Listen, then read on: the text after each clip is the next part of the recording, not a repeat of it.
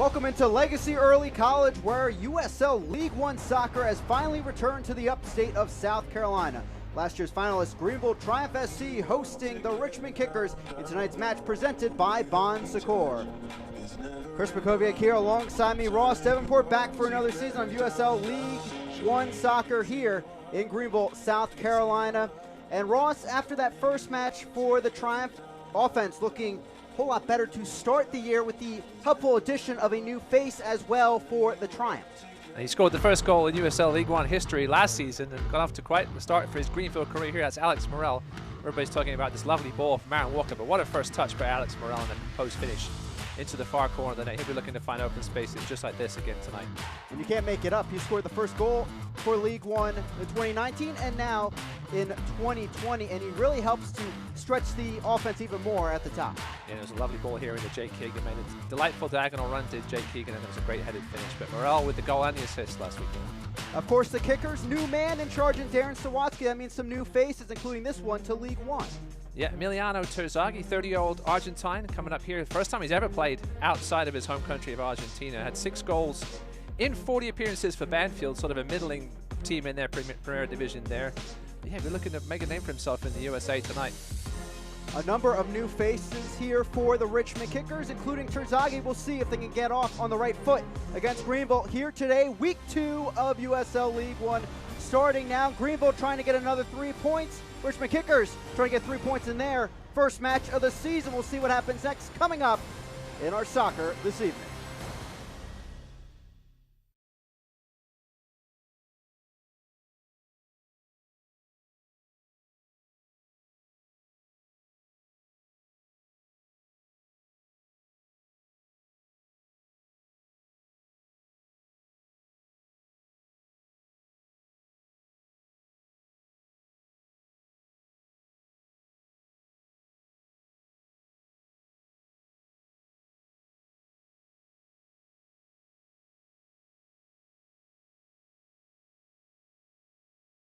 When building our home, I knew that the stone was going to be the absolute foundation to our house. I knew it needed to be durable, but also I wanted it to be beautiful. I love working with Absolute Stone Design because their customer service is top-notch, their staff is super friendly, and most of all, they truly care. Come explore Absolute Stone Design's reimagined showroom, featuring our all-new shower and flooring galleries. No dream home is complete without Absolute Stone Design. There's no substitute for hard work. You have to put in the time. Dedicate yourself to the goal. I didn't make it to the Hall of Fame on my own. I had a team and we worked hard together. I had coaches and a playbook with the answers. It's no different in business. Now I own a Janny King franchise because they've got the winning playbook and a team that supports me. Get in the game and get ready to shine. Go to JannyKing.com to get started today. Greenville Heritage is proud to sponsor the Greenville Triumph Soccer Club and the Savor of the Match promotion for the 2020 season. You can receive $50 in a savings account at Greenville Heritage. Anyone who lives, works, worships, or attends school in Greenville County can enter the contest and join.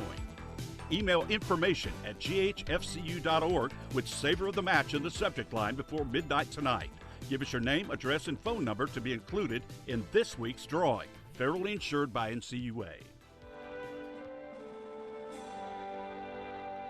Welcome back here into Greenville, South Carolina, as the Richmond Kickers coming to town. The face-off with the Triumph in tonight's match presented by Bon Secours. Now Ross will get set to take a look at our starting 11s tonight, presented by Bon Secours. And we start with the home side, Greenville Triumph, and a similar-looking 18, to say the least. Yep, no changes in the starting 11. Paul Klaus, he's probably out another couple of weeks with a lower leg injury. Noah Pilato filling in for him again at the defensive midfield spot.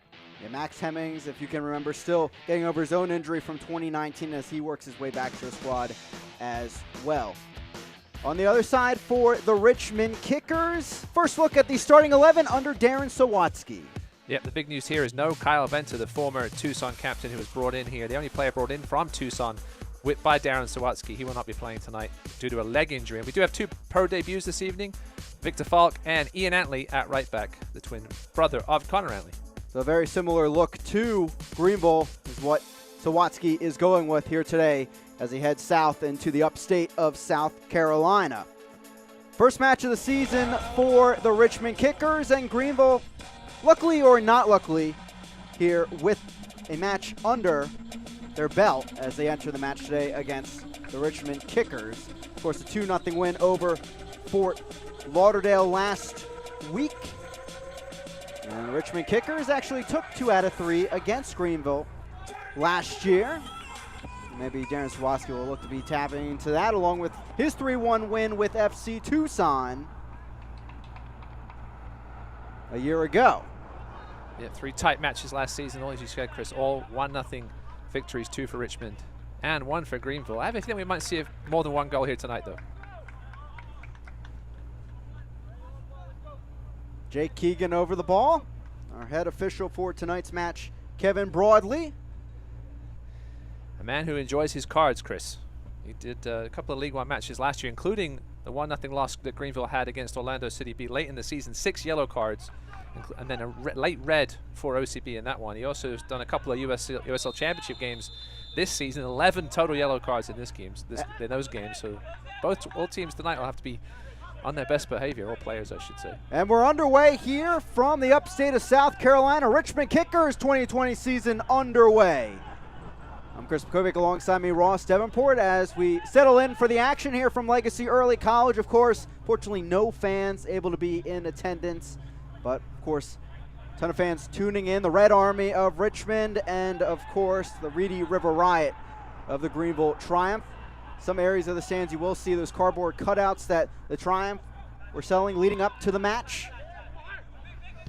Yeah, hopefully as the season goes on and the COVID numbers drop a little bit, we may see some fans in the stands in certain areas of the country.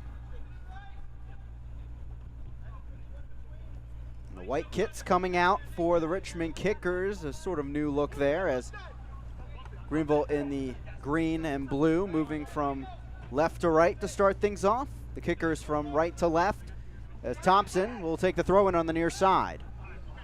You see for Greenville, Alex Morel starting on the right wing, and Omar Mohamed on the left. John Hark's a big fan of switching his wingers up as the games go on. Morel flipped over to the left side just before his goal at the end of the first half last weekend.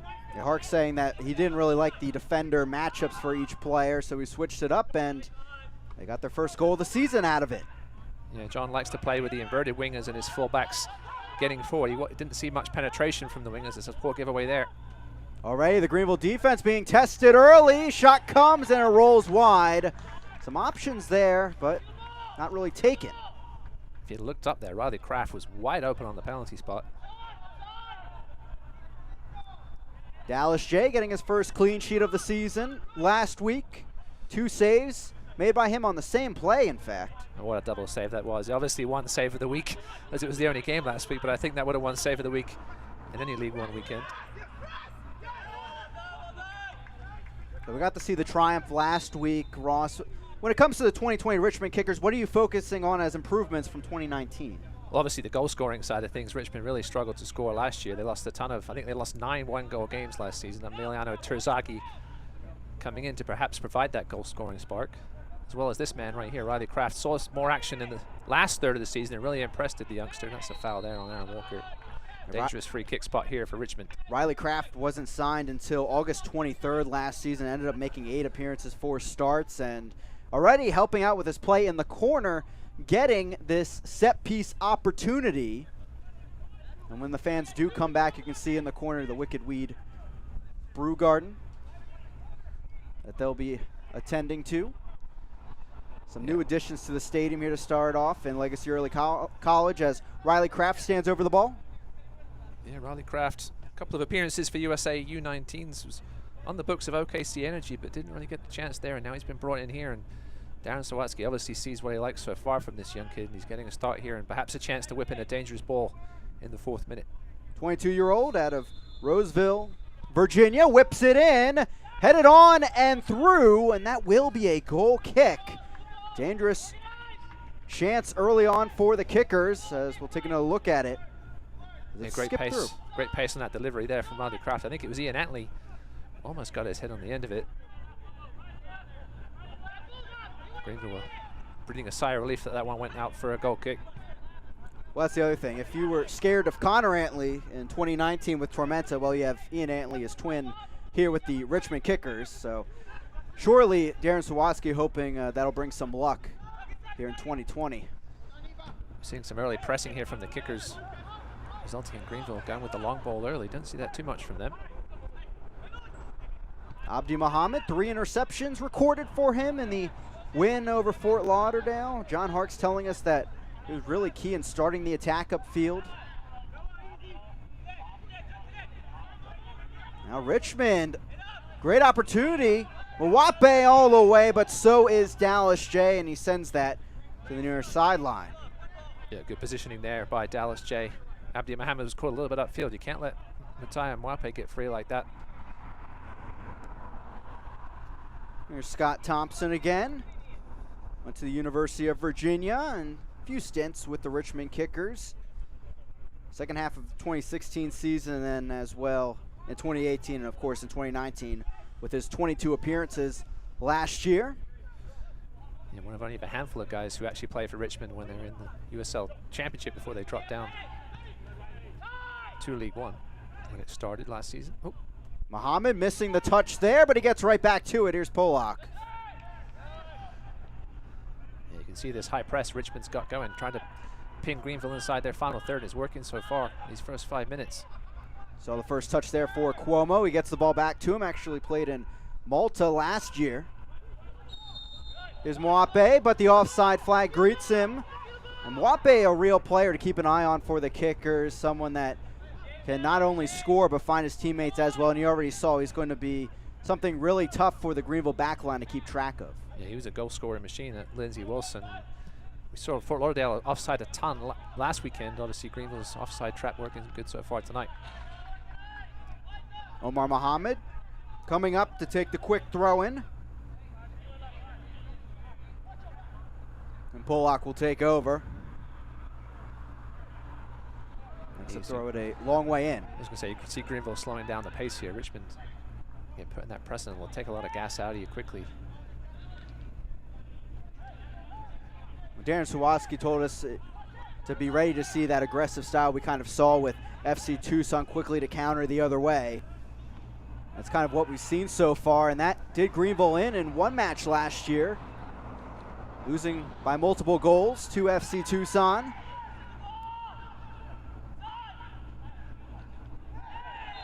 Out of play, and Bolduc goes down. And a quick talking to Aaron Walker. Yeah, Walker picked up a yellow last weekend, Kevin Broadley. Just having a quick chat with him there. No card early. Last thing you want to do is get a yellow card in the first 10 minutes as a defensive mid. 3 yellows for Greenville last week.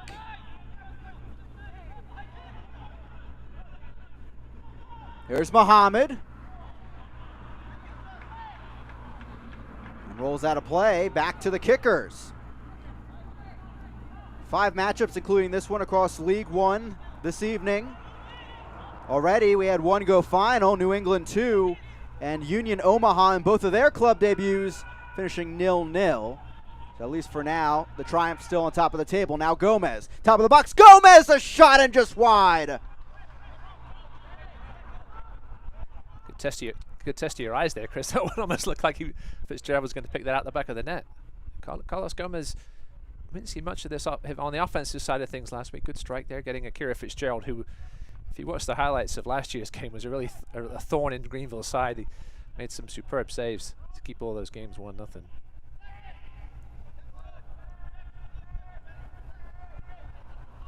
Akira Fitzgerald with the Tampa Bay Rowdies before his time with the Richmond Kickers last year, and actually was teammates with Alex Morel of Greenville during that time.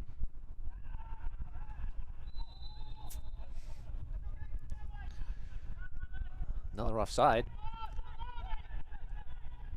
So this Greenville backline obviously has a couple of newcomers in the form of Brandon Fricky and Abdi Muhammad, but they're showing some good cohesion early. The key with the offside trap is all being on the same page. If one of your guys isn't on the same page, you're going to leave a big hole right in the middle. Good job so far by the guys in green. Earlier this week, Hartford Athletic and Loudoun United were on ESPN2, and guess who scored early in the match? Kevin Paulitz, and Greenville fans will be happy to hear is pretty similar set play to the one we saw on April 6th last year. The winner in the, I believe, the 84th minute, a sharp angled header into the back of the net, so he's doing well after his transfer over. Yeah, listen, it's great to see a couple of the Greenville players moving up to the USL Championship. As John Harks always tells us in our press conferences, he wants to get these guys seen. And this is a great opportunity for all these guys. There's always somebody watching these matches, and Chris Bermudez and Kevin Paulitz up to the next level this season. And talk about Joe Gallardo as well. Also heading over to SLC. Real Monarchs just shopping throughout League One for great attacking talent, as Arturo Rodriguez also finding his way over to Zions Bank Stadium.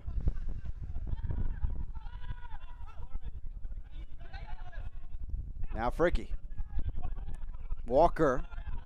You can see right now how high up the field the Triumph are playing. It's just Walker and Lee back on the far side, now stepping up a bit more. Morel trying to combine with Abdi Mohammed, and it goes out. But right there, perfect example of how far up the field these fullbacks can launch for the Triumph. Abdi Mohammed higher than Morel in that instance. Again, you just got to be careful though. Richmond playing that press, you get caught up field. We saw it happen a couple of times last year to Greenville, where they got caught out on the counter. One time, if I remember, against FC Tucson with Devin Jamga. Yeah, he had a brace in that match.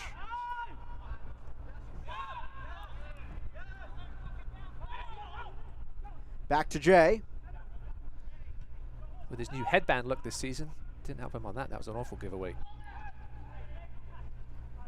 Now Kraft. Tracked by Lee.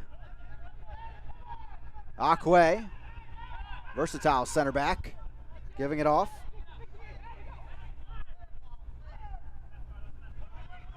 And Kraft just not finding many options as Akwe takes it back in. 25 starts last year. His lone goal coming in U.S. Open Cup against North Carolina FC. Omar Mohammed with the pressure. Now Keegan back to Mohammed. Back heel, and Jay Keegan and the Triumph will have to reset. No, Pilato stepping all the way up. And he'll give it away.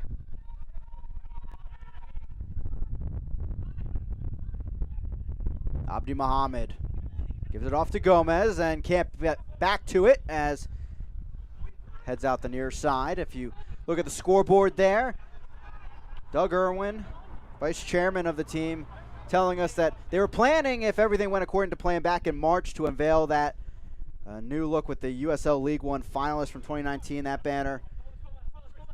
But unfortunately that did not happen, of course, as we had the stoppage in play. So it's out there to start off things in 2020 here in Legacy Early College. No, it looks good.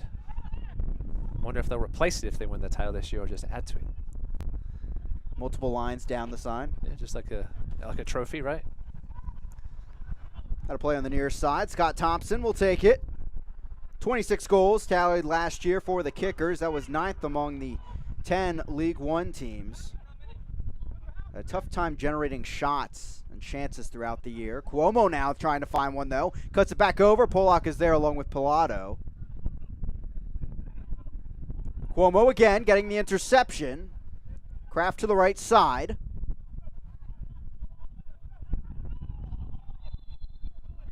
Yeah, it's going to be an unfortunate handball there. I think that was on Antley. Just kind of fell over and knocked it with his hand. But pretty even first 13 minutes there. We get a good look at John Harks. Harks, of course, in his second season, overseeing things.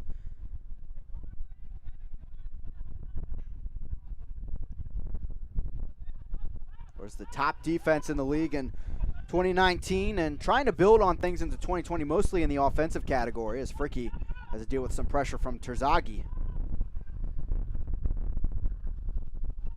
Their best offense really came towards the end of the year, the second half of the season. And it wasn't exactly in the first 16 games that we saw the top attack unit really form for Greenville. We certainly met the defense, though.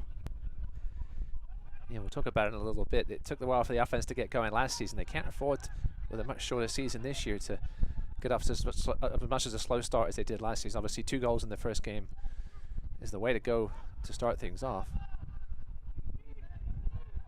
Headed back through the crowd and over to Dallas J.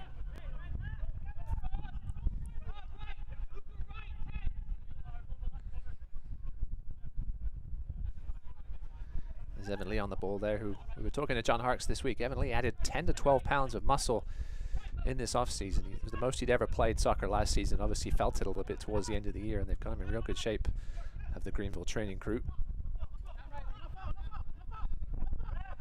Kraft winning it back. Somehow it's still staying in play. Thompson will take a whack at it. A little chip over the top. Here come the kickers, but so too comes Evan Lee, a former kicker in his own right. Product of Ohio Wesleyan in NCAA Division III.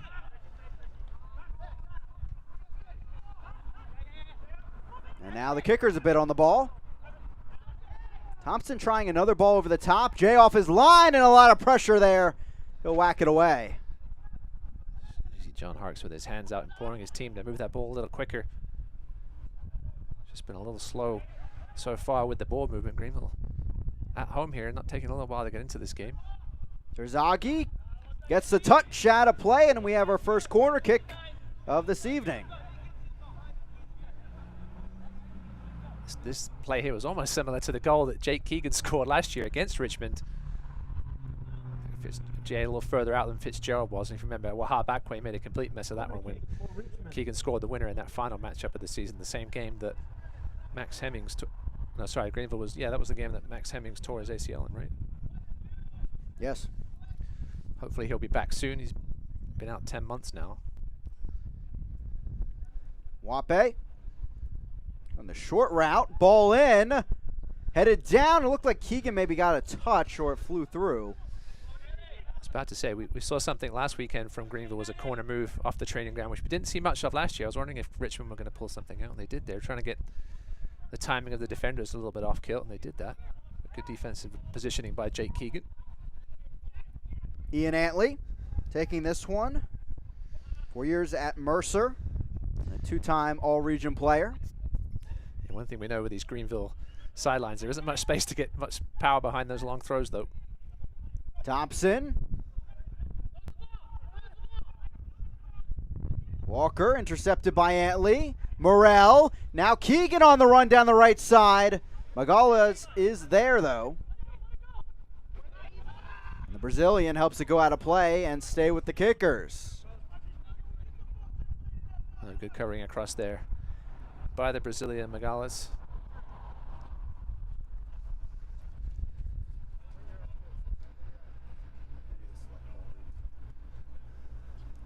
Since 1947, Select has been the leader in soccer ball quality and innovation. Select is the official ball supplier of USL League One and many of the elite leagues throughout Europe.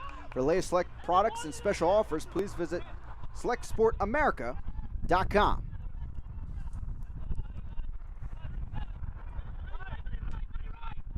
Now Fricky stepping up, the former Lansing Ignite center back. Down the right flank, here comes Keegan on the run towards the end line. Can't get there in time. It's a goal kick for Fitzgerald in the 18th.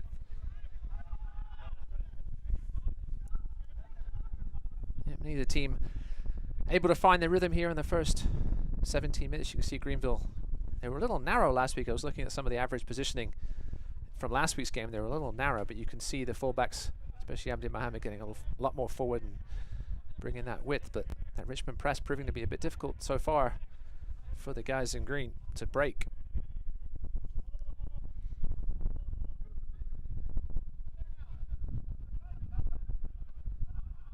Walker.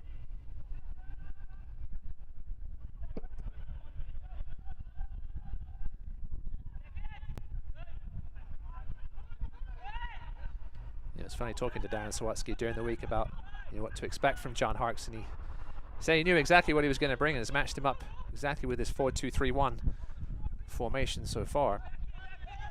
Abdi Mohammed going after it down the right flank, out of play again. Both teams having a tough time really settling in to one side or the other. Now Morrell through the middle of the field. Stopped there by Mwape, and a little tug at the back will give him the whistle. Yeah, the one thing with the 5 substitutions now, it gives you a little more options when it comes to tactical changes. Greenville do have a number of, have obviously Lachlan McLean and JJ Donnelly on the bench. Could go to 4-4-2 if they wanted to, but could perhaps move Jake Keegan out wide if needed, as you see Alex Morel just grabbing Mwape there and stopping the quick counter. Bolduc, the left side, looks up, sends it in, and headed up and away. Bolduc had 6 assists last year. It was tied 4th across the league, but that one leading to a J goal kick. I thought it flicked off a Greenville head. Matt Bolduc saying the same thing.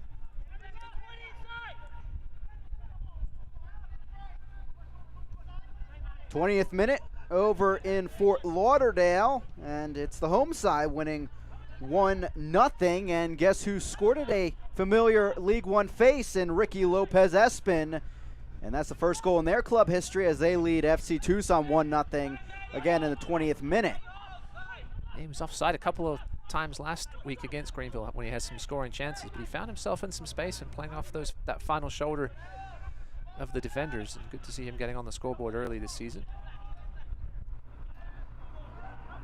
John Hark's telling us this week that really Fort Lauderdale's formation comes down to giving a lot of freedom and flexibility to players in the attacking midfield and the forwards. And really, once Fort Lauderdale gets some of this chemistry down, as we saw them do throughout the match, it will be more lethal on the attack. This brought down by Keegan, still alive. Aquay can't clear it. Still in there, and it's put in. And Greenville on top, 1-0. And we'll have to see who got the strike to that one. I think it was an own goal. It might have been an own goal. Jake Keegan was just trying to get the ball out from under his feet, and when he eventually did, he found a Richmond kicker player, and he's planted it in the corner. Good work by Carlos Gomez to find himself in some space. Let's take another look at it. It was a good ball in from Mohamed. A little chip over by Gomez. Keegan with a first swipe at it, couldn't make it. Aquay tried to have a go at it. And Scully Thompson with a fine finish in the end. I think unless Keegan got a touch in on the slide. I'll take a look at that maybe in slow motion in a little bit. I'm sure Jake Keegan will be claiming it. And it looked like Scott Thompson took a whack and put it right in as Keegan split through the traffic. And we'll take another look here to confirm. A miss on the whack by Aquay.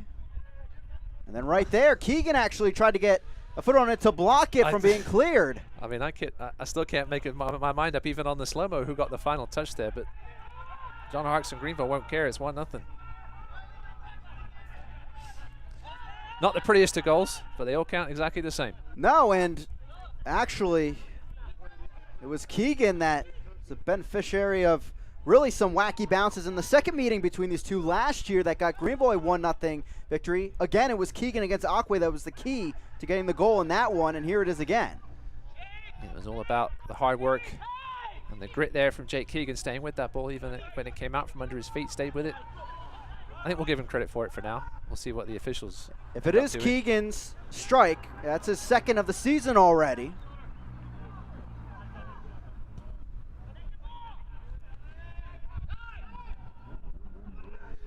We all know how important, anybody that's followed Greenville Triumph knows how important getting that first goal is. Now they can sit back even more, invite Richmond to come onto them.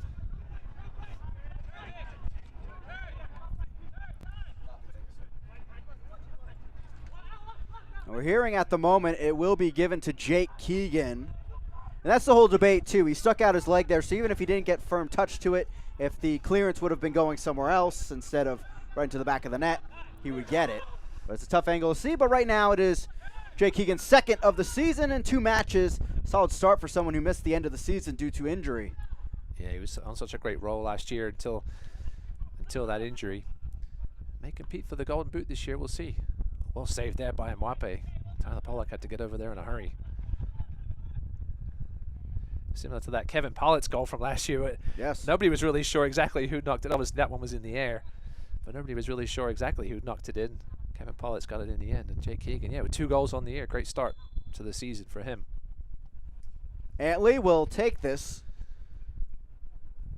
as Mwape has switched to the right side now. Abdi Mohammed, a quick header over to Jay. And the 2019 goalkeeper of the year taking it on. One thing with Jake Keegan last year, he really didn't have much pressure on his position last year for most of the season, and until they brought in JJ Donnelly, and then obviously Keegan got hurt, and it was a good thing they had brought in Donnelly as he replaced him. Now he's got JJ Donnelly on the bench right behind him, Greenville brought in Lachlan McLean, fresh out of college, big body from Australia, is going to put some pressure on Keegan. So Keegan knows he's going to need to step up and score goals if he's going to keep his spot. Looking good so far. Yeah, you look at who stepped up in Keegan's absence. It was, or even on the second half of the season, Gomez, Walker. J.J. Donnelly didn't end up tallying one in the back of net, but was huge with his hold-up play. And we all know that Chris Bermudez had not too many goals for Greenville over the course of the season, but his couple were defining game-winning goals, or even game-tying in some cases. Listen, everybody stepped up last year. You and I always talk about, Chris, that finding a quality number 9 at this level isn't easy. Lots of teams struggled to do it last year.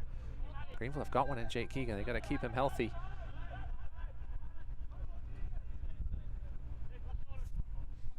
Evan Lee taking his time, bringing it up from the back.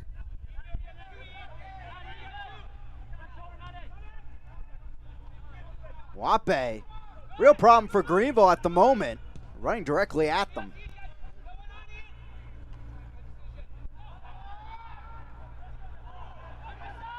Richmond's putting a lot of pressure on, but they really haven't created any quality chances of yet. Now Keegan, a bit of hold-up play. You got to be careful is that you get frustrated and push up even further and start getting caught out on the counter. So Greenville last week with that first goal, just a little bit of pressure from Walker, and the right side fullback for Fort Lauderdale got caught up and turned into a goal. Obviously after a lovely pass and a great finish by Morel, but it came out of a mistake in the midfield and the Lauderdale fullbacks pushing up. Bulldog winning it back, and Richmond will pass around the back. And we do have a change in the stats, and now it is an own goal. Scott Thompson getting it. And that, is the case sometimes. We may see that bounce back and forth, but right now it is own goal to Scott Thompson. Either way, it's 1-0 to the Triumph.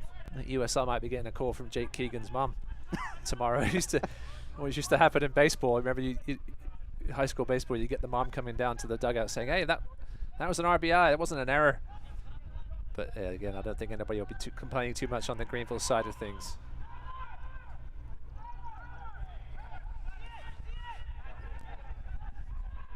Pollock will take the throw in front of the Richmond bench.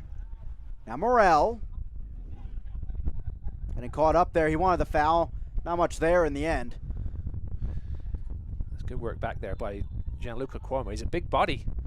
Number 93 in there. Someone we haven't heard much from tonight so far is Victor Falk standing there, number 23, in his first game as a professional. Might maybe like to see him get a little more involved, and there's news to be Darren Sawatsky. Sawatsky, as we saw at FC Tucson, a lot of influence from his time with the Sounders Academy and coaching the Sounders U23 squad. That's actually where he met Ian Antley.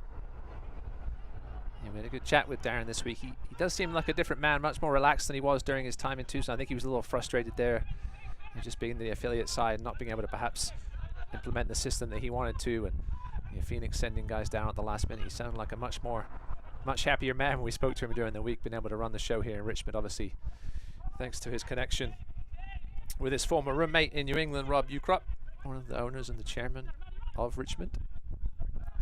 Well, and that's one theme we definitely got a feel for from him, is that he's in more control, that along with being the sporting director, of course, of the team, that helps as well, but that he can put together his squad and piece it how he wants to. And that's what we're seeing here today, and so far so good with his aggressive pressing style, as Matt Bulldog and Aaron Walker almost got into it. I'm not sure why Kevin Brawley is having a word with Matt Bulldog there. He's quite within his right to block the quick free kick. Darren Sawatsky did say he loved his house in Tucson. I was trying to remember who it was during the NFL draft. It was the Cardinals coach had that sweet setup that you could see on his Zoom camera that everybody was in love with. My wife's from Arizona, some super nice spots out there. But obviously Darren Sawatsky seems to have settled nicely in Richmond. He finds his team down here 1-0, but they've been in this game, there's no doubt about it. Just haven't created any real quality chances in that final third as of yet. Terzagi's been very quiet. Speak of the devil. Good work there by Noah Pilato. Yeah, winning that back, tracking back as Pollock was caught up the field, and that's what you really have to do in that position, like Paul Klaus did last year. With the way Greenville launches up their fullbacks, you have to provide coverage, especially with Richmond, it seems like making it 2v2 when they're not in possession against the Greenville center backs. Here's Richmond on the attack. Left side of the box. Kraft looking the cross. Sends it in, headed away. It was Lee there. It was an uncharacteristic giveaway there by Brandon Fricky. Now we're going to have another free kick in a dangerous position, just like he did in the first couple of minutes, that almost resulted in a good chance. As Amdi Mohammed being spoken to by Mr. Broadley. Mr. Broadley yet to pull out a card, though, which is good. We will have a hydration break coming up shortly in our match. For now, it is a set piece to Kraft. And we had a good first delivery from Riley Kraft. See what he can do here. Big bodies in Akwe and Cuomo in there, I'm sure. Comes Baldock perhaps to give an alternative option at the top of the box, but no, he's coming back in. One person he might not be able to find is Emiliano Terzaghi. He's not the tallest.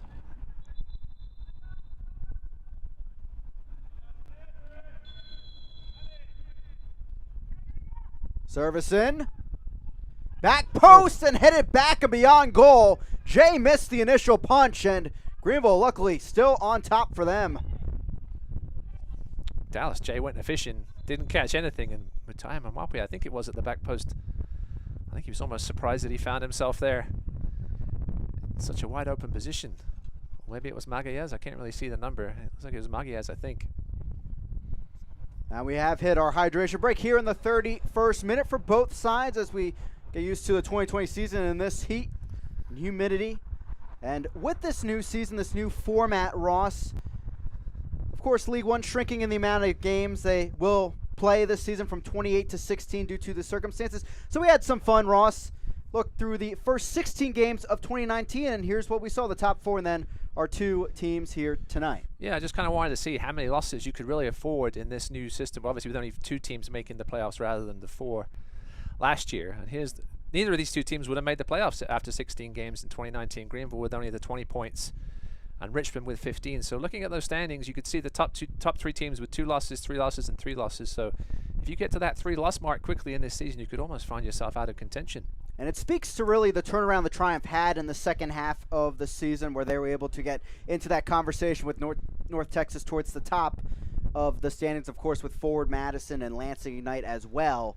But Tormenta as well, they would have been in the playoffs after 16 matches.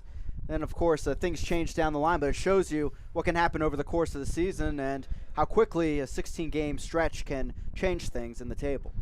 Yeah, these teams have got to be careful. As I said, you pick up a couple of early losses, it really puts the pressure on. It's almost like every game from then on is going to be a playoff game.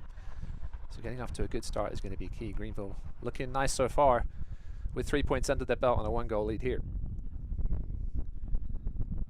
A lot of these coaches, when you ask them what's your kind of mindset, best advice for handling the 16-game stretch, and I have heard a couple say, don't lose. Well, of course, and obviously you've got the midweek games. Unfortunately for Richmond, they had that cancelled game from last week that's now been moved to this Tuesday. This is the first of 3 games in 8 days. Darren Sawatsky did say we could see a completely different lineup perhaps on Tuesday. Tough game, game against Tormenta that was, again, one of the best teams in the first half last season. 2 tough games to start off here for Richmond. And things might not get any easier. They do play Fort Lauderdale at home in their home opener next Saturday, and then we'll play another home game against Forward Madison on the 8th. So 3 of their next 4 games at home, so they'll be looking to get at least a good amount of points under their belt with those home games. We haven't even really gotten to talk about that. The start of this season has been very hectic for Richmond, away from the 4-month stoppage in play, if you want to call it.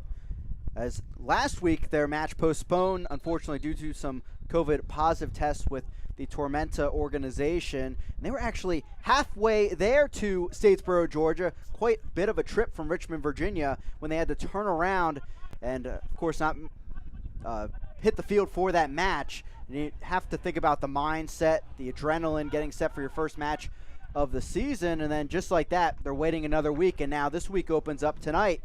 This is the first of 3 matches in a week for them. So quite the start for the Richmond Kickers. And we'll see how that squad rotation is really handled by Sawatsky over the course of these 7 or 8 days.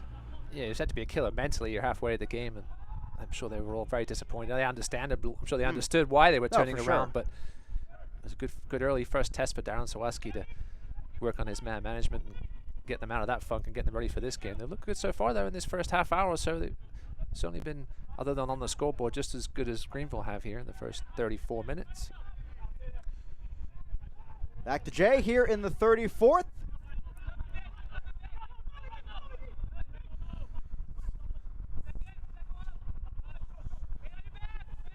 Back over to Richmond. And stolen by Gomez. Don't miss a minute of action in 2020. Sign up today and get alerts all year long by following your club on ESPN.com. Search for the Greenville Triumph for Richmond Kickers, then click the follow button to keep up with the latest news and scores, plus get reminders on their next match. Go to ESPN.com now and click follow for your club. Back over to the Kickers as Aquay takes over.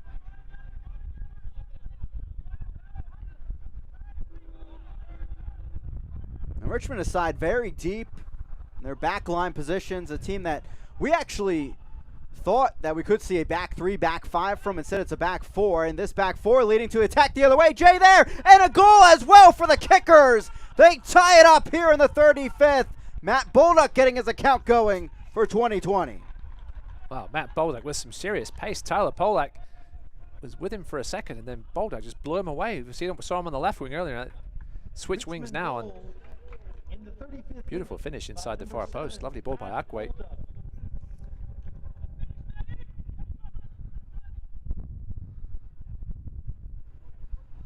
Great finish on the sharp angle look. And of course, outrunning Tyler Polak as well. About half the length of the field. Wahaba Aquay will get the assist, I have to assume, on that one. Leading to Bolduck scoring 1-1 here in the first leg of the Bon Secours Cup here in 2020, 36 minutes in.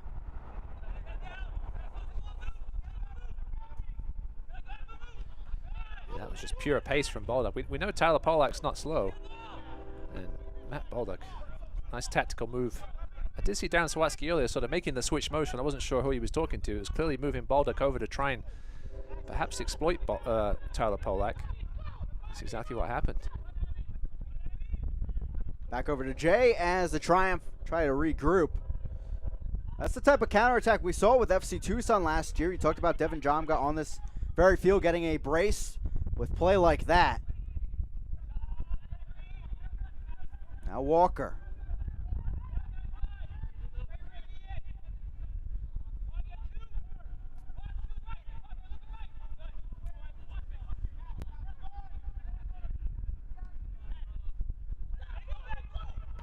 Good look as Abdi Mohammed ran up the field. Gomez stretched out, but the run continues from Terzaghi.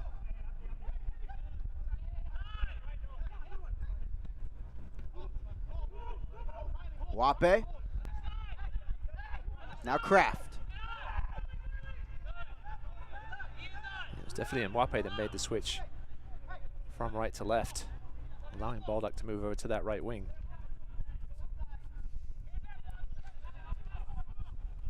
Polak stepping up for the interception. Somehow it stays in play. Now Mohammed, through ball up ahead. Equalizes over to Fitzgerald, who will heave it towards his own bench, and it's back to Greenville. I wonder what Tyler Polak may have been looking for help. Which is arguably, I mean, Roddy Kraft was making a nice run through the middle that was occupying the center backs for Greenville. And yeah, great goal there by Bolduck.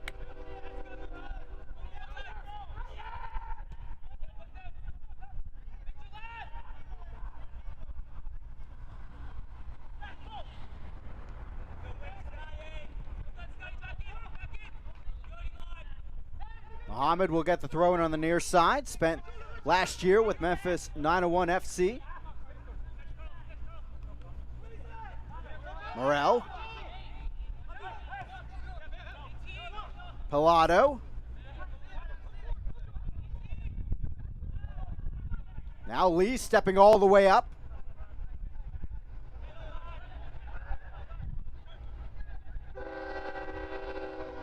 Right by Walker. Here's Keegan, but Fitzgerald dives and gets to it. Richmond backline was incensed at the linesman. They were looking for an offside call on Keegan, but it may have been one of his lovely little diagonal runs across the across the line, and he stayed on side apparently. Good chance in the end, looking for that far post of Akira Fitzgerald, but Fitzgerald got down well. Walker, a big heave. Header by Fitzgerald off his line, but right back to the white kit and his side.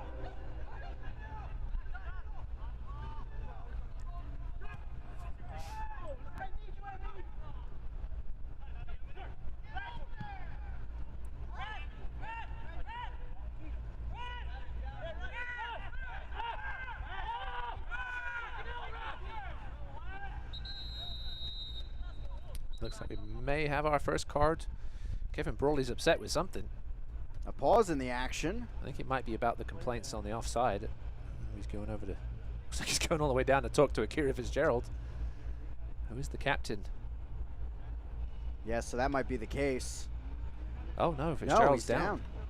I wonder if he hurt himself on that header. I was going to say the only player out there for Richmond not complaining about the offsides non-call was Fitzgerald. Stayed with the play and immediately serviced it downfield. He's flat on his back. Not a good sign here for Richmond kickers.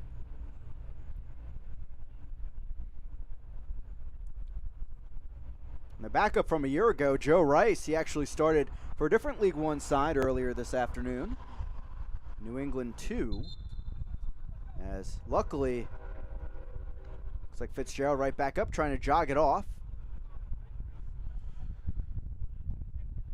And Matt Brumall listed as the backup keeper for Richmond as Fitzgerald looks to jog this one off. We'll take a look if we can spot where this injury occurred. It was a good athletic play from Fitzgerald. Oof, just twisted his ankle on the landing. Ouch. Left ankle. Ankles are one of those things that you got to keep moving as a keeper. You got to remember to do that. Sometimes you get standing around and that ankle will stiffen up. The training staff will be working that on that at halftime, I'm sure. So it'll be a ball drop for the Triumph. And we're back underway here in the 41st minute.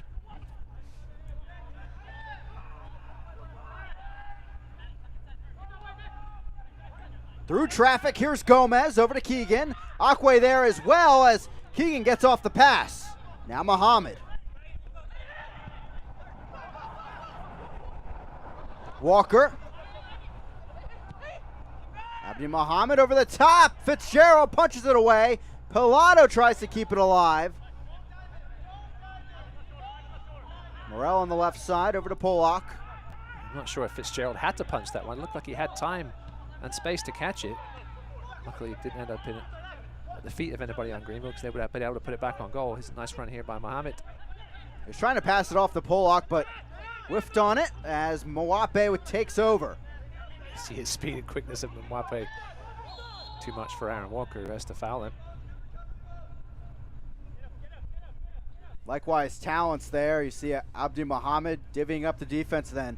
Mwape trying to do the same on the other side. See the two Mohammeds now, both on the right side.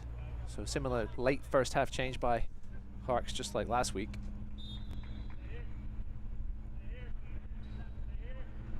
Only the one shot on goal for both teams, and both of them have ended up in the back of the net.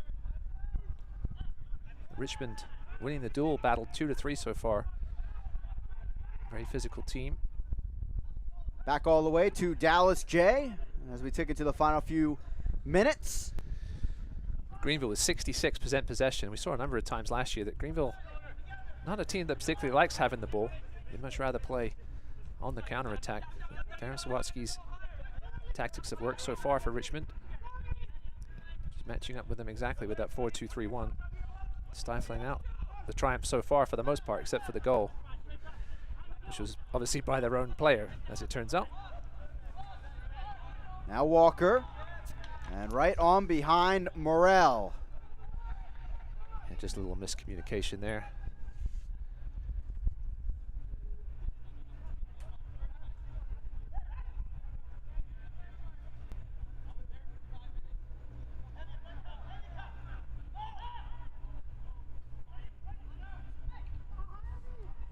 Tip over the top. Abdi Muhammad is there, heads on back to Jay. The real key in that victory over Fort Lauderdale last week, where Greenville really took the momentum in the match, A goal right before half, a goal right after half, and took it out of the wings of the young side. John Harkes knew he was in for a battle in this game. He said to us that he thought Richmond were one of the better teams in the league last year, despite their lowly finish. Again, a lot of one-goal losses. They were competitive in almost every game. So now change of coach. Coach Buehler may have felt a little hard done by after being let go after the season. But Coach Sawatsky did say he's going to be given the time here to work his system. Might take a little while though. See again, missing his co-captain, brought in from Houston. From Tucson, excuse me, Kyle Venter tonight.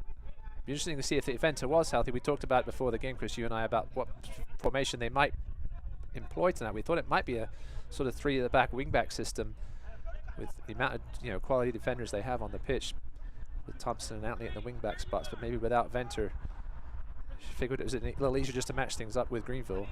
And again, it's worked so far to a T. You talk about Venter not only as a defensive threat, but on the offensive end, really key on the set pieces, converting for FC Tucson, 4 goals last year.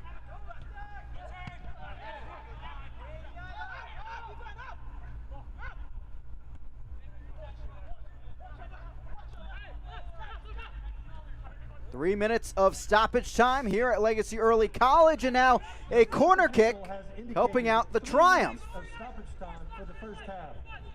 First one of the game. Morrell will head over to take this corner kick presented by PNC.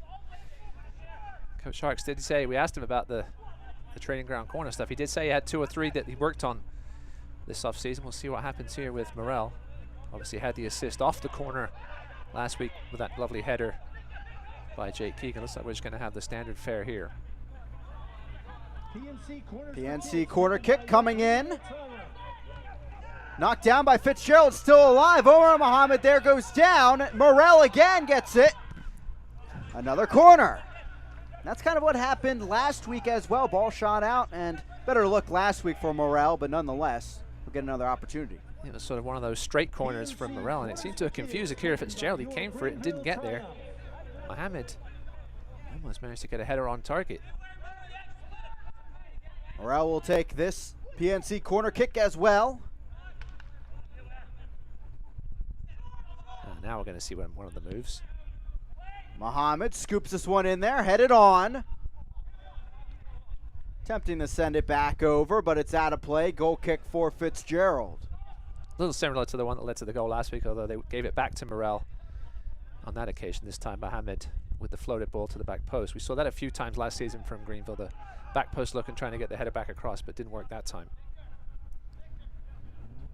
Akira Fitzgerald still a little gingerly, walking a little gingerly on that left ankle. You can see he's in some pain still. He's going to have to plant it on this kick. We'll see if it takes some juice off it. Yeah, he took that one a little easy, you can see. Barely got to halfway.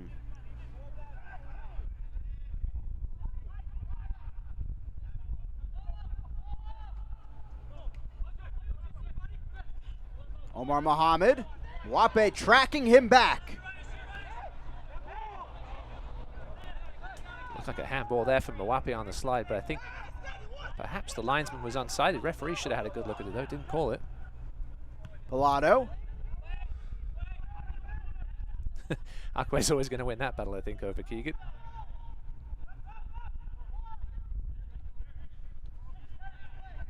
Maybe one last attack here for the kickers.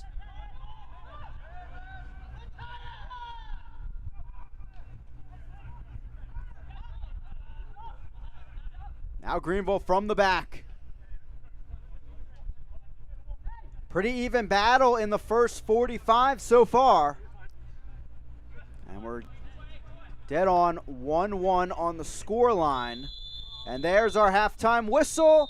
1-1 at the break. Richmond scoring both goals, one on either end, and really matches what we have seen on the field to this point in the first leg of the Bon Secours Cup.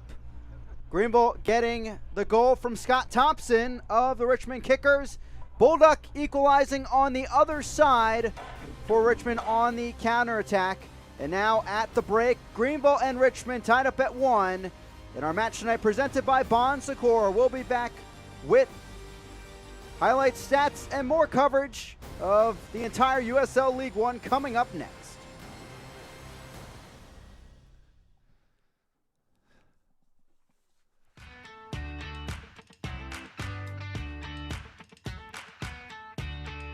We offer a full array of dental treatment, and what that provides you as a patient is you're able to come to one place and get comprehensive care under one roof. I've always been greeted with a smile. They know me when I call. I trust them. We'd love to see you at Wood Creek Dental. Visit us at woodcreekdental.com. Most auto insurers love when you have two cars, and they love it even more when you have a driveway full, because they get to charge you more.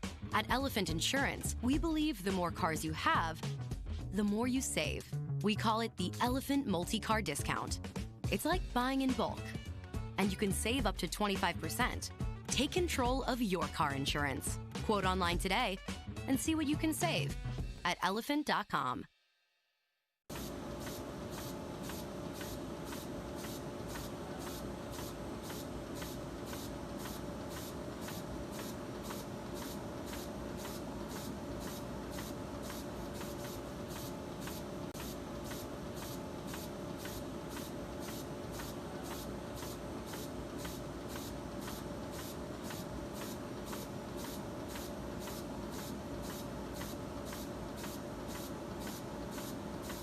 There's no substitute for hard work. You have to put in the time. Dedicate yourself to the goal. I didn't make it to the Hall of Fame on my own. I had a team and we worked hard together. I had coaches and a playbook with the answers. It's no different in business. Now I own a Janny King franchise because they've got the winning playbook and a team that supports me. Get in the game and get ready to shine. Go to JannyKing.com to get started today.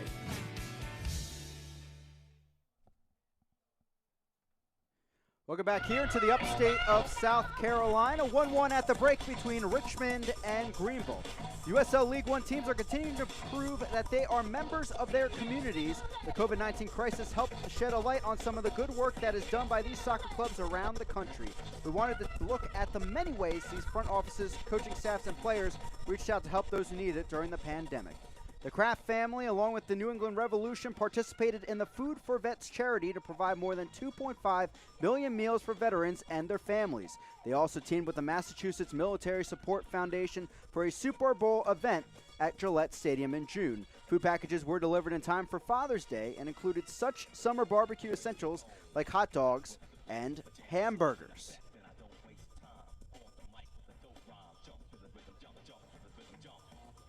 Meanwhile, the Richmond Kickers partnered with their television partner, CBS 6, to create the Rally Together Fund, selling rally towels to fight hunger in the Richmond area. They provided over 16,000 meals to families in need in their home market. South Georgia Tormenta grabbed needles and thread and made masks for local hospitals. When not doing individual workouts at home, the team fashioned over 100 masks, which were donated to Emory and St. Joseph's hospitals in the Savannah market. Tormenta's players, fans, and staff also raised $2,000 for the Bullock County NAACP.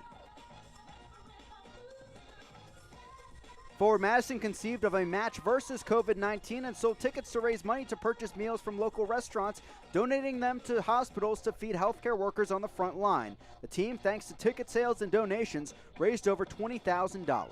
Greenville Triumph also put together a Match the Triumph fundraiser, selling tickets to benefit the Greenville chapter of the United Way. The team announced a sellout of over 4,000 tickets, raising over $40,000.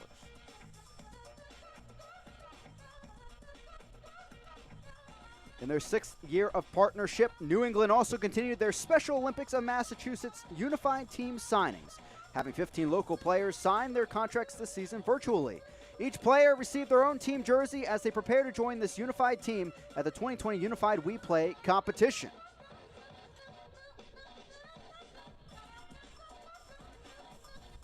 In addition to unveiling a Pride kit, Forward Madison sold specially made t-shirts to donate money to a local food bank, raising over $3,000 for an emergency fund.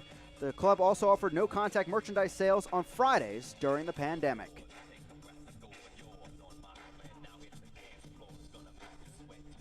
Speaking of great gear, Tormenta and partner the Sack Company came up with a special shirt where sales generated money which became meals for locals through the local restaurant, The Clubhouse.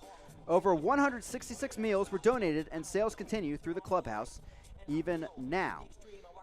Even in shutdown, these teams remain active members of their communities, and the work continues even into the start of the season. We will have more here from Greenville, South Carolina. Let's take a look at more news from around the USL. The United Soccer League and its 47th championship in League One clubs stand united in support of diversity, inclusivity, equality, and compassion. Together, we can make a difference. Together, we can create change. Together, we are united against racism.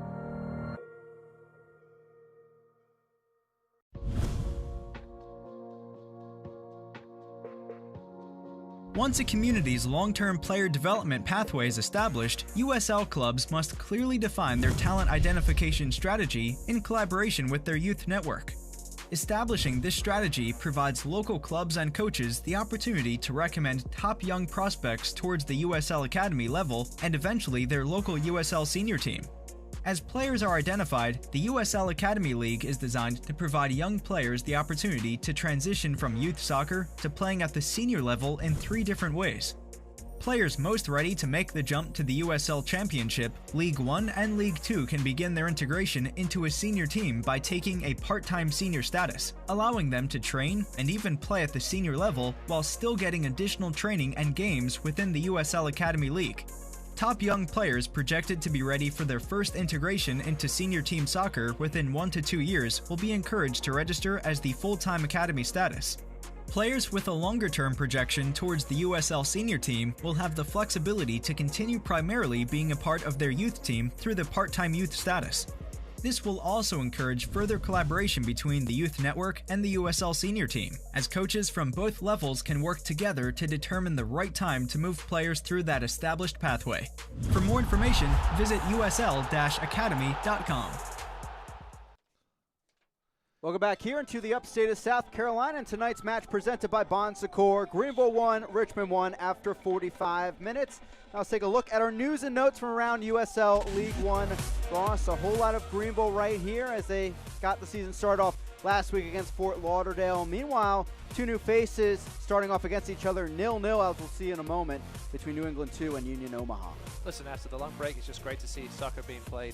And what a beautiful stadium. Even John Hawks was saying that Fort Lauderdale's facility down in South Florida, and they obviously came away with a 2-0 victory that may have helped, and big player to help with that was Alex Morel with the goal and the assist. Yeah, big start for the former Tormenta man as we look at scores from around the league. 5 matches today, 1 final so far. New England 2 and Union Omaha El Plastico to finish off the night. Yeah, Fort Lauderdale up 1-0 there in that one, but it's going to be a long second half for their fans. They're down to 9 men thanks to 2 red cards, both double yellows in that first half. Yeah, I know Sawatsky, if he was still at FC Tucson, he'd be eager to score a goal there on 9 men and get after it, as Tormenta and Chattanooga also we'll see starting in just a few moments actually here on ESPN Plus, so tune in for that one as we finish off the final 45 of ours. Coming up next, of course, we'll have highlights and stats here from Legacy Early College. For now, 1-1 in the first leg of the Bon Secours Cup between Richmond and Greenville. We'll be right back.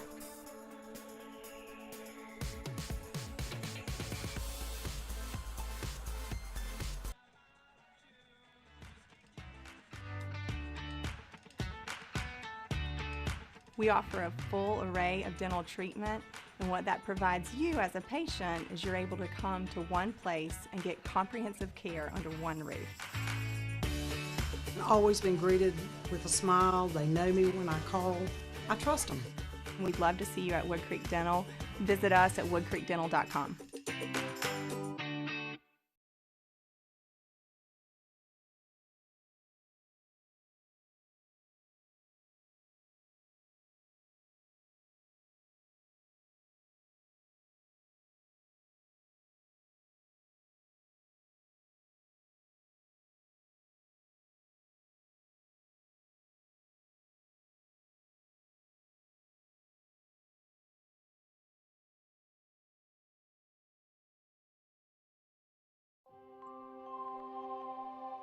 You are the center of a universe.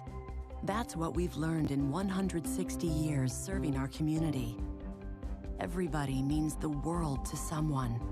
So when you're in here, or if someday you find yourself in here, and when all you can think about is the world that revolves around you, we'll be a world that revolves around you too. Bon Secours, healthcare for the universe of you. Greenville Heritage is proud to sponsor the Greenville Triumph Soccer Club and the Savor of the Match promotion for the 2020 season. You can receive $50 in a savings account at Greenville Heritage. Anyone who lives, works, worships, or attends school in Greenville County can enter the contest and join. Email information at ghfcu.org with Savor of the Match in the subject line before midnight tonight. Give us your name, address, and phone number to be included in this week's drawing. Federally insured by NCUA.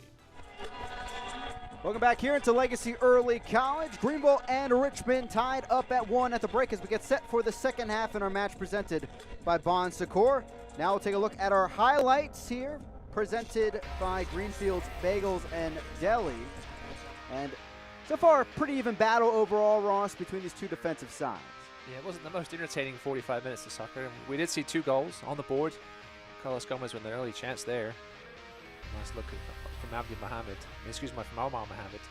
Carlos Gomez would feature in the goal from Greenville. Here it was again, a similar ball in, bit of a bouncer, and just flicked in, and it's a bit of a mess. Everybody seemed to get a touch on it, and then it almost looks like Thompson went to clear it outside of the goal, and as Keegan slid in, it went off Keegan's foot. That's what it looks like to me, and it looks like Thompson was trying to clear it out for a corner. Take another look at it here in the slow-mo. Thompson didn't know where he was at first. Ball fell to him after an Akwe whiff. And yeah, I think Thompson went to just clear it out for a corner just to get it out, and it was a nicely timed slide by Jake Keegan, who will certainly claim the goal.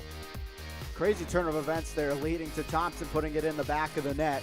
1-0, and then we met Akwe, ball over the top, and Matt Bulldog out there like it's track and field. I mean, this is as route one as it comes. Akwe saw Bulldog making the run down the line, and Tyler Polak just got a little exposed there, and it was a nice finish by Bulldog. He looked up, saw Kraft covered by Fricky, just took matters into his own hands and tied the game at 1. Matt Bulldog getting his first goal for the Richmond Kickers here in 2020, along with his 6 assists from last year. And a look at the stats and mirror images, really, but Greenville, most of their possession has been really passing around the back line. Yeah, 290, don't show it on this graphic, but 290 passes for Greenville in that first half to Richmond's 140. But 105 of those passes were from Brandon Fricky and Evan Lee in the center of defense, as they were just knocking it around, trying to find a way through this pretty much stellar Richmond Kickers defense so far. Yeah, it's been an interesting first half, and we'll see how long it takes for both of these coaches to perhaps make changes with these 5 subs available to them.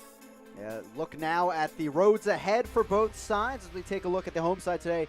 In Greenville, they're heading off to play the Flamingos coming up on the 31st. Yeah, there's 2 home matches against Tormenta and the Red Bulls. Listen, going to Fort Madison, especially with a new stadium, long trip, you get a point out of that one, you take it, but I think those 2 home games, you're going to have to get at least 1 win there. And things get a little easier against Fort Lauderdale and New England towards the end of the month. Yeah, should be a great stretch there with a couple home matches in there after they face Madison on a Friday night battle next week. For the Richmond Kickers on the other side, after their opening match here tonight, they'll face Tormenta and then also Fort Lauderdale next week. As we mentioned about Richmond, 3 matches in a week. Tough start to the season. Yeah, at least they got 3 home games in the next 4 against Fort Lauderdale and Tucson, 2 trains traveling quite a way. But yeah, Richmond, listen, they got to get some wins there in these 5 games if they're going to want to contend. Very excited to see what John Milleracey's squad looks like for Tormenta this evening against Chattanooga, and that should be a fun tactical battle between Milleracey and Sawatsky coming up Tuesday night soccer in League One, something we don't see very often. So Richmond will start with the ball here in the second half. Terzaghi over it, but the Argentine, not the story in the first half. Matt Bulldog putting on the Jets, tying things up after the hydration break. And now we're all even at 1 with the Richmond Kickers scoring both goals. Yeah, Emiliano Terzaghi with a very quiet first half, but he's one of those guys, if you watch his highlights from his time in Banfield, he just needs half a yard in the box on the back shoulder of somebody, and he'll put the ball in the back of the net. He's going to look for that Kraft. I think Swatsky been looking for that Kraft-Terzaghi combination all season. In the 45th minute, entering the match is number 94, Matt Broomall. So now we're hearing a substitution for Richmond, and it is the keepers being swapped as Fitzgerald will come out. We saw him go down with that injury towards the end of the first half. And now comes on Broomall, the backup for tonight's action. No, that's a big loss for Richmond. Akira Fitzgerald, vocal leader. Cocat and Broomall's. Oh, here, and Omar Muhammad, it's put in home. Oh, dear. A collision just like that, 15 seconds in, and Greenville back on top. Just as I was saying, Akira Fitzgerald has quick feet, and he would have probably got to that one. And Matt Broomall making an absolute howler. Fitzgerald, Muhammad almost made a complete mess of it himself, but it ended up in the back of the net. And just like last week, an early second half goal as Akwe's down.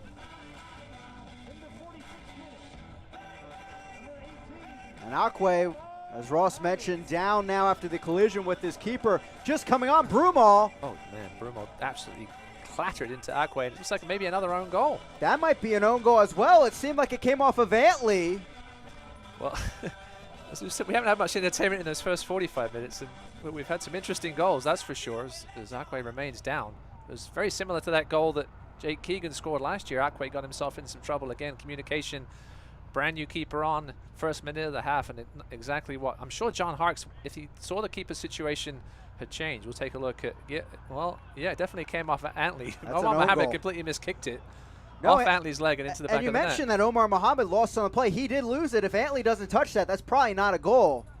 That's terrible for the Richmond Kickers, as now they've given up what should be two own goals as we restart here. Ooh. 15 seconds into the second half with a new keeper in, and now Greenville is on top 2-1. And I hate to say it, but Akwe maybe ducked there at the header because his keeper called him off. He got stuck in the situation, and now it's 2-1.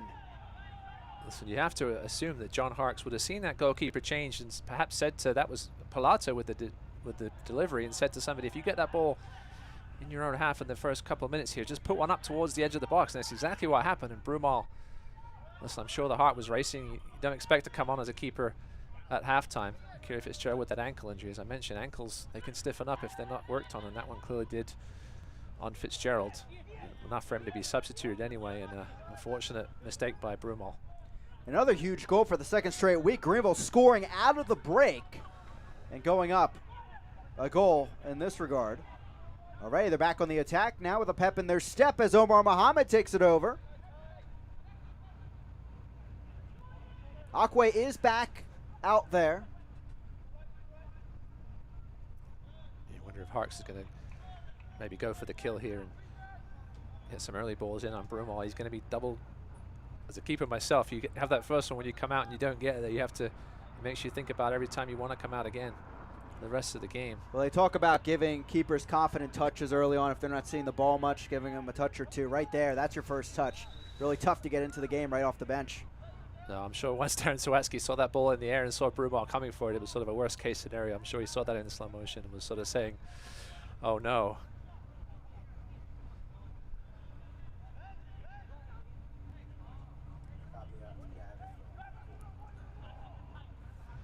Ball down the left side off the free kick. Abdi Muhammad there knocks it out. Throw into the Richmond Kickers. So one sub already used. A reminder again, 5 substitutions allowed, and you can have 3 stoppages in play to use those substitutions. Halftime does not count, so that sub will not count against the 3 allotted stoppages for substitutions against Richmond. Falk. Mwape. Officially an own goal. Second one of the day for Richmond against Ian Antley. If you had money on own goal being the leading goal scorer so far in USL League One, well done. You know, you are right, which is a terrible thing to say, but the own goal is leading League One in scoring. Again, I think here on match day 2. Yeah, I think Jake Keegan's mom might have something to say about that.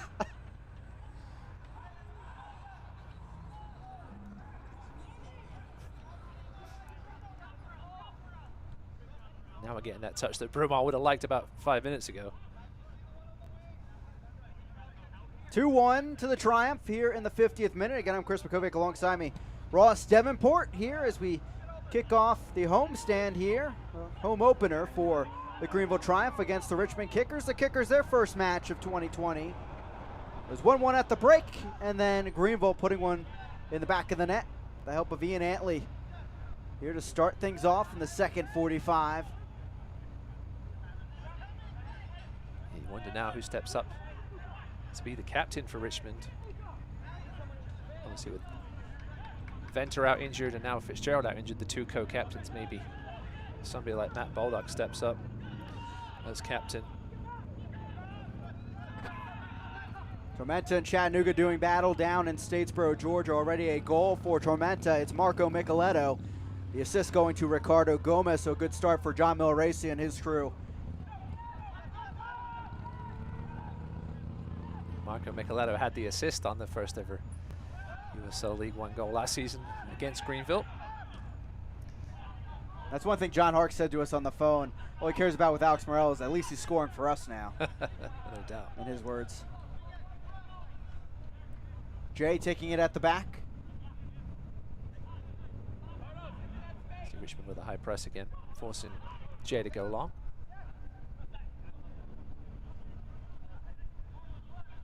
But looking at the current situation, if you're John Harkes, you can't be too extremely pleased. You obviously take what you can get, but when you look at the scoreboard, you're leading 2-1 and you haven't put in a goal in the back of the net. Kind of worried maybe entering the second half, maybe changing things up a little bit.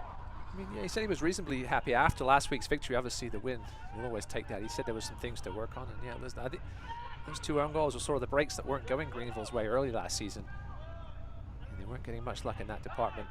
Obviously, weren't creating many chances themselves, and they finally got it going as the season went along. But listen, in a 16-game season, you'll take breaks like that with 2 own goals. There's no doubt about it.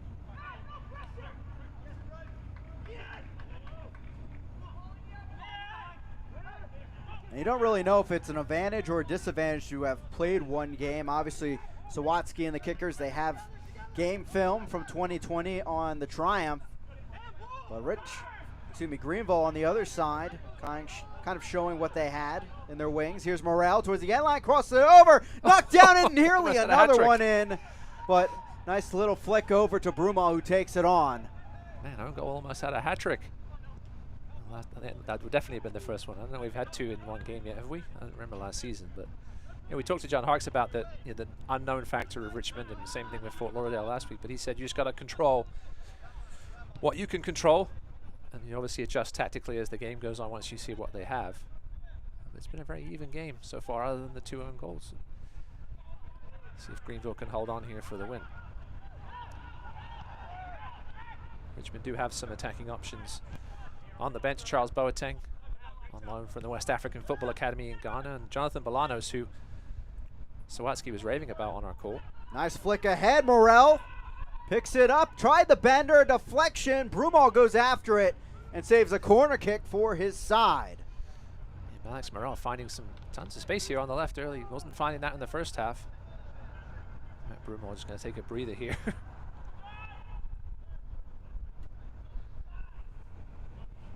There's Thompson down the left wing.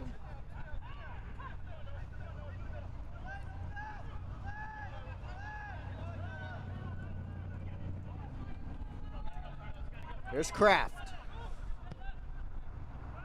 Ball ahead, no one there though, and Abdi Mohammed will let this go out of play. Yeah, you wonder if the Kickers would certainly have liked Joe Rice on the bench. Again, starting for, you said, Chris, starting for the Revolution too this evening. Earlier this evening was their backup keeper last year. Obviously starting now, obviously a very capable backup. Matt Brumall only played NPSL last year with Atlantic City. Did play a season in Sweden out of Rutgers.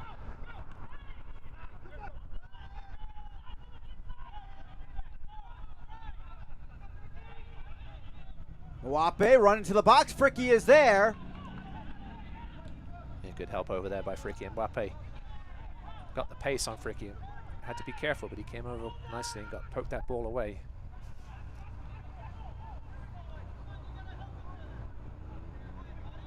I have to give NCAA Division III some love as a graduate of there.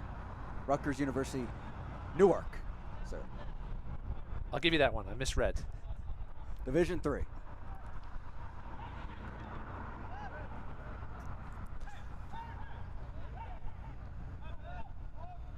Akwe at the back. he'll take it over. But Joe Rice did have to make some appearances last year with Fitzgerald out. And Joe Rice was a key local, played in League Two with Lionsbridge FC. Bolduck now, right wing. Cuts towards the end line, deflected out by Polak. It's a corner kick for the Kickers. Yeah, good work there from Polak, staying on his feet. Didn't go to ground. That's what Bolduck was trying to get him to do. Corner kick for Richmond.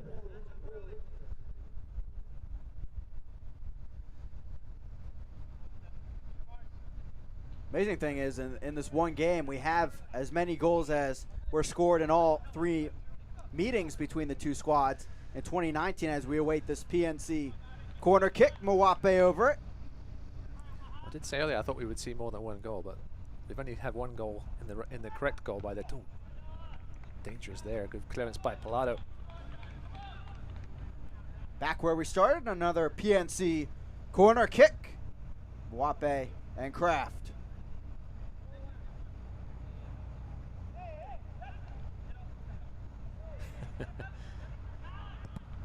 Tyler Polak trying to break up this training ground move. Does so that time, and it looks like it's going to result in a throw-in.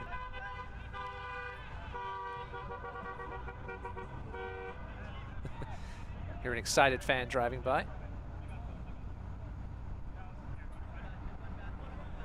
Antley on the near side will take the throw-in. This is the one spot on this ground where you can get a bit of a long through because there's a gap there in the signage. Morel all out sprint and runs into Thompson. That'll be a card. Yeah, it's a silly one. Victor Falk put his teammate in trouble there, and just a little too much there from, was it Morel, I think? Yes. Or Keegan? Morel. A caution has been issued by the referee to Greenville's number 7, Alex Morel. Too much enthusiasm. He was never going to win that one and just followed through. Yeah. Clipped him, there's just no need for it, which is why Broadley gave the yellow card. He's maybe saying he lifted his elbow. So Alex Morel will have to be careful here for the final 33 minutes or so. See if he goes the full 90. Went about 80 minutes. Last time out. McGaw-Hayes over the ball at midfield. One thing Greenville aren't blessed with on the bench tonight is natural wingers. Jay Keegan can obviously go out. He played there a little bit earlier in this last season. We do have 2 natural strikers in Donnelly, who came on last week and played on the wing. It's not his natural position. He can play there though in midfield as well.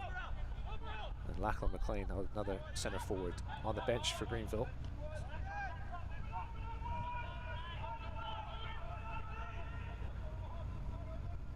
Abdi Mohammed overlapping, deflected right into the arms of Brumo. And he'll take a look downfield.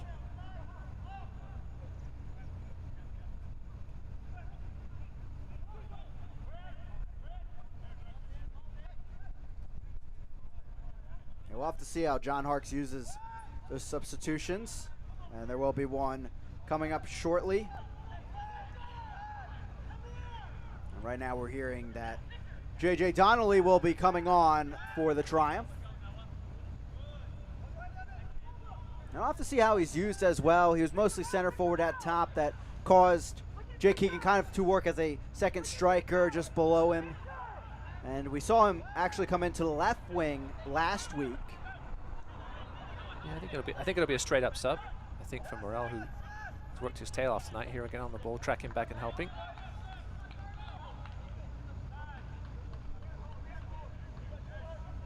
Mohammed.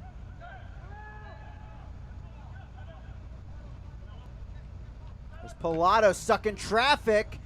Wins that back somehow. They did well there. Pilato, if he'd have given that ball up, it would have been a nice counter opportunity for Richmond. Pilato's impressed so far.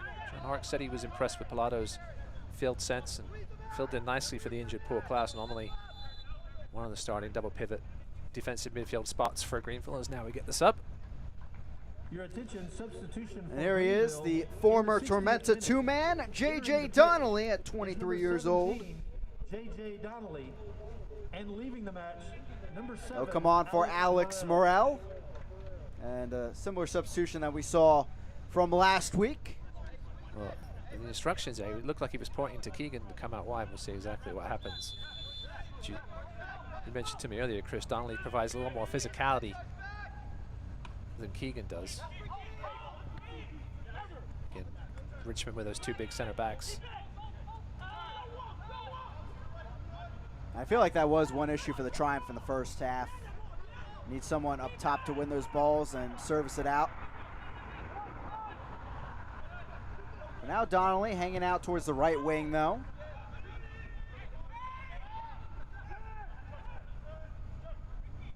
This might also offer an opportunity for John Harkes to switch things up with his attacking front. As Gomez lays it off for Walker. Walker, Omar Mohammed. Pilato takes a strike and Brumo makes the save. Oh, worth a pot shot from there. Pilato with the left foot, making sure Brumo was awake. I think he may have calmed down a little bit now since that goal. Too much space given to Pilato by the Kickers defense. Ball didn't move quite enough to trouble Brumo, though. That was one big sticking point in the second half of last season. Take more shots from outside the box. And the following match, after Harkes said that to us, they had the big goal output at North Texas during the regular season, and that led to Aaron Walker and, of course, Paul Klaus putting some in. As you can see on the far side, some subs getting set to come in for the Richmond Kickers as well. It looks like Omar Mohammed moving to the left wing. Donnelly on the right for now, but as we know, with Harkes, that could change at any moment. Lee wins the ball. Pollock.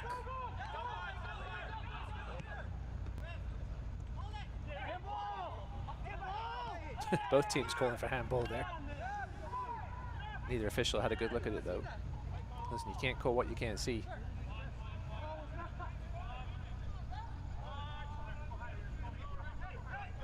Akwe.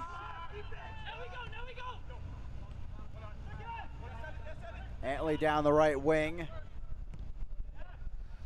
Now to play, and this may lead to those substitutions. And it will be number 2 and number 3 for the Kickers so far this evening. Bolaños coming on. 17, Jonathan Bolaños, and native of Miramar, Florida. Mutaya Mwape. Surprisingly enough, Mwape has been number 31, very effective out there for the Kickers. His night is done. Here's the first match of the season. number 93, Cuomo as well coming off. Yeah, ball move here by Sawatsky, bringing off his defensive midfielder and bringing on 2 real attackers in Bolaños and Quazelli. Pollock the volley back. Here's Keegan. Quasella playing in Spain last year. Mostly played in Division II in his college days, but actually is familiar with Sawatsky, playing his club soccer outside Seattle, now at 25 years old. Terzaghi, here he comes. Service to the left wing. He went down, though. Finish was briefly played. And a card maybe coming out. Indeed it will. That was a good foul by Noah Pilato. Richmond were on the break with numbers, and Pilato didn't quite manage to get the full pullback, but it's his mistake that got him in trouble in the first place. But he got up quickly. And a good grab on Terzaghi just to slow things down and allow Walker to come back and help him out. This is one of those the kind of yellow cards you don't mind taking. See if Riley Kraft can make him pay, though. Certainly going to be looking for the head of Akwe here. Maggie is up as well. Here comes Ian Antley. Mentioned Terzaghi playing for Banfield in Argentina, and over his career there actually played for Matias Almeida, the current San Jose Earthquakes head coach. Ball sent in. The offsides trap was working. Oh, it was a bit of a delay. Jay's hand went off and we didn't hear the whistle. A moment of panic there, Terzaghi. Yeah, Brent disagreeing with the decision.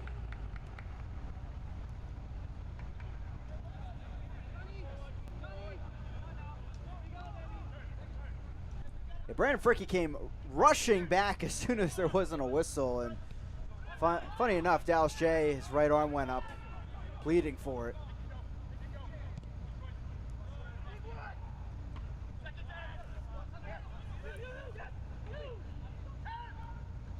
Kraft.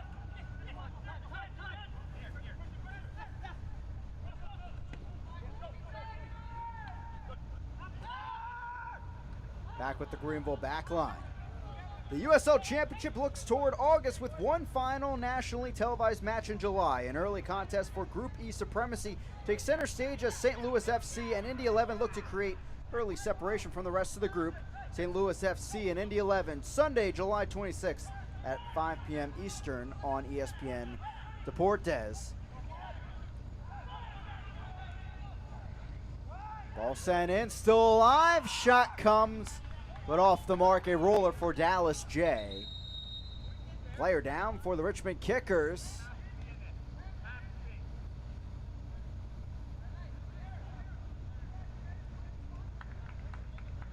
Indy 11 coming off of that stoppage time victory, 1-0 over Pittsburgh, with Tyler Pasher kind of lighting up social media, to say the least. What a goal that was in the last minute. Unbelievable strike. Terzaghi appears to be okay, just walking it off. Yet to really make a mark on this game, Terzaghi. But as I mentioned to you, Chris, one of those guys just needs half a step. Some beautiful fake fans in attendance, or real fans. Yep. I'm sure they're all watching on ESPN+. That's the good part about USL League One. All matches airing on ESPN+. So despite the current pandemic and its effects, still tune in. Definitely missing the Reedy River Riot here in attendance, keeping the beat for everyone. And of course the Red Army tuning in as well.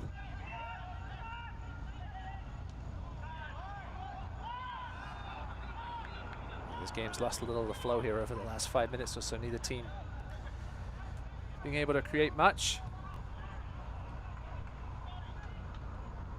There's JJ Donnelly getting it, because one thing he can do is jump. Here comes Donnelly, and free kick going back the other way to the Richmond Kickers. Look like Colin Stripling's having a word with John Harkes on the side. He may be coming on next. Yeah, perhaps to spell Pilato, I would think. In that defensive midfield, maybe they go to 3 there. We'll see. I doubt it, though.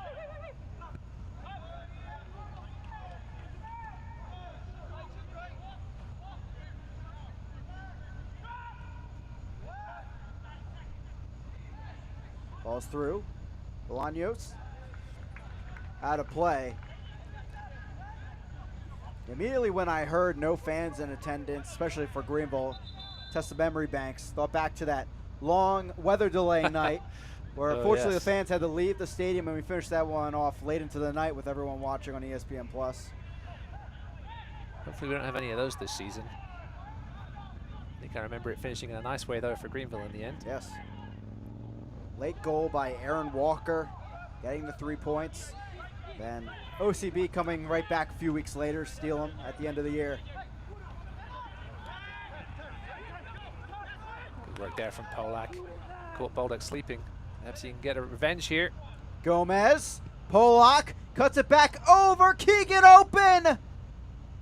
Keegan with the finish. Tyler Polak does indeed get revenge on Bolduc, not with a goal, but a lovely ball over to Keegan. That man doesn't miss many of those. Does get his goal in the end. Second of the season, and now he is tied for the league scoring lead with the own goal, of course, as we mentioned, but nonetheless 2 on the season now for Jay Keegan. Here it is. You didn't see it here, but it was a lovely interception before this to set it up by Polak. Holds off Bolduc, lovely ball across. Magalhaes couldn't get there. Keegan jukes the keeper. Broom on, stick sluts at home. 3-1 now, Greenville.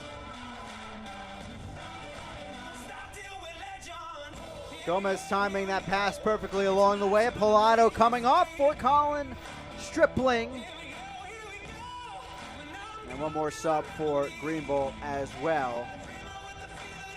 As it may be time for Lachlan McLean, is it?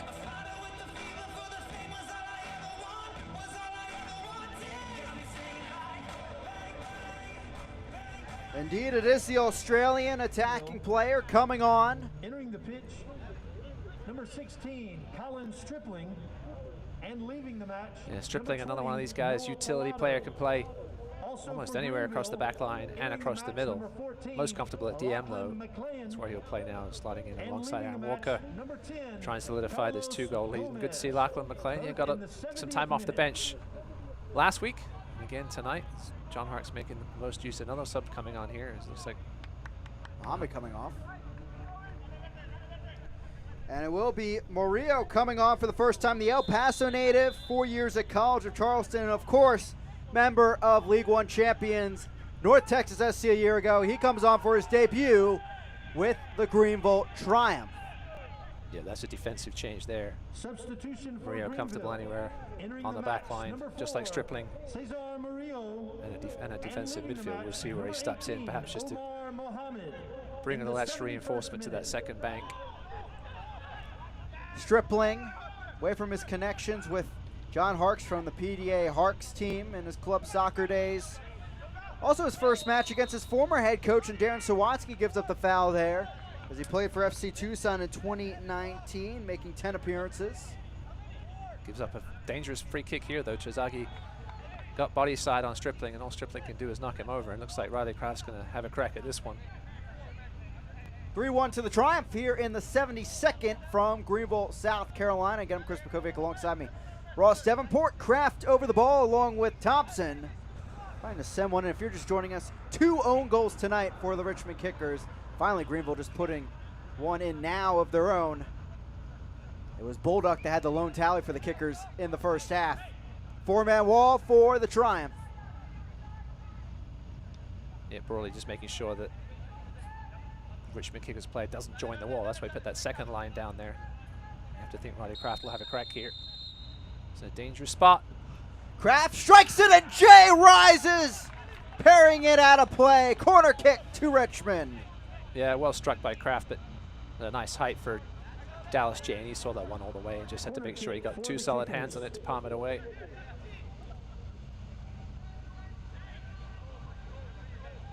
Back for another PNC corner kick as Richmond trying to eat into this 2-goal lead for the Triumph. Ball sent in, deflected up. You can hear it. Lachlan's teammates telling him just get on the run, and exactly what we're going here. 3-on-2 now. McLean puts it back over. Aquay the touch. Sends the shot right into the arms of Brumal. Excuse me, that was Quasele. It was back there with Aquay trying to get the stop. Quasele made a bit of a mess of that. Landed at Keegan's feet. Just couldn't get enough power on the left-footed shot. Deflected into the arms of Brumal. Nice chance to break there. The first we've seen really Greenville on that counter. It was 3-on-3 for a moment.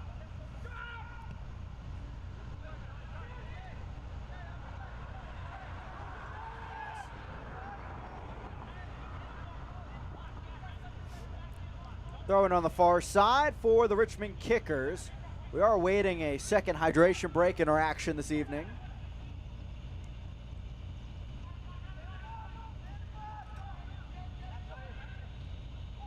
Ball sent in, headed on and into the back of the net.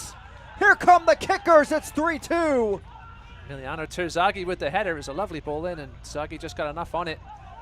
Dallas Jay didn't even move. Terzaghi opening up his account in the United States with the Richmond Kickers. Another look here. Yeah, just left too much space. He found that gap between Evan Lee and Brandon Fricky. It's a lovely ball in. Emiliano Terzaghi. Giving ourselves a match again, Chris. 3-2, just a 1-goal lead now for the Triumph as we enter the final 15 minutes of play.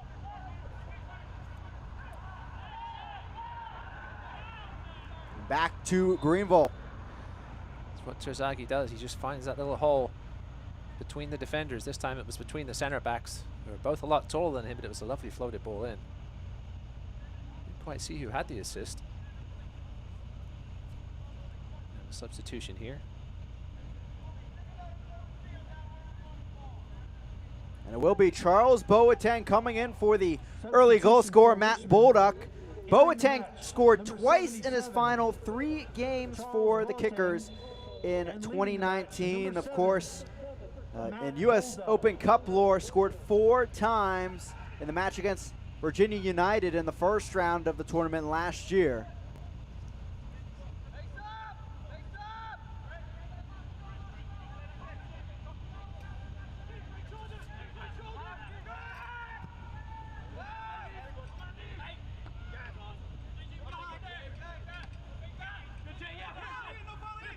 There's Donnelly.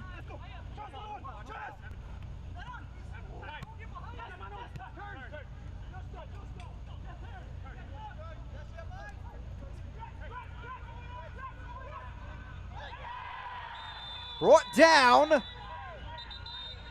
Brandon Fickey might be in some trouble here. And indeed he is. Red flashes there in favor of the Kickers. And Greenville, if they weren't in trouble already, potentially lose the lead. Now Richmond knocking on the doorstep, up a man. Well, how things have changed. Fricky just caught himself in possession. Yeah, it was a denial of a goal-scoring opportunity. The red card was the right call. We find ourselves tied up here real quick. Fricky was about to be substituted for Trevor Swartz, and they might get a chance to substitute here. They do have Harry Hawkins on the bench, a natural center back.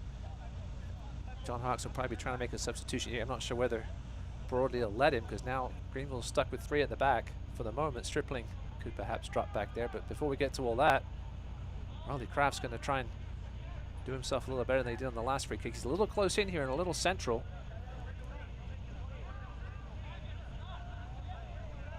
Well, who saw this coming before this one tonight, Chris? 3-2, 5 goals, 2 more than they had all in the 3 matchups last season. Now a chance to get a 6th here. 2 very defensive teams, and we have 5 goals on the board.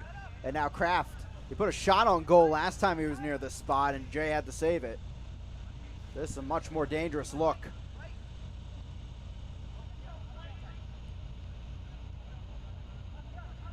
Richmond, Greenville, excuse me, look comfortable. But a well-taken goal by Chizagi, and now Greenville down to 10 men. Anything could happen in this last 13 minutes. Here comes Kraft. Kraft whips it in and over the crossbar. But here's the thing about the red card as well. Not only is Fricky gone the final 13 minutes here, he's gone for the visit to Madison on Friday night. That is a huge loss there for Greenville, and they will need to fill that slot. For now, they're just trying to hold on to 3 points, as it looks like we may be entering that hydration break at the moment. This Jay takes a jog, and a good, perfect opportunity for John Harks to talk things over with the squad. And now with everything going on culturally here and politically in the United States, Greenville Triumph organization taking their part to bring awareness to it and wearing this Together We Triumph patch on their right sleeve for this season. And as you can see, hands of different races uniting inside the black circle with the club's motto, Together We Triumph. And a statement in part from Vice Chairman Doug Irwin said, as we said last month, Together We Triumph is not just a slogan but a directive. We're looking forward to taking the field for the rest of the 2020 season, promoting that message, as so many are in our country rightfully continue to take a stand for racial equality.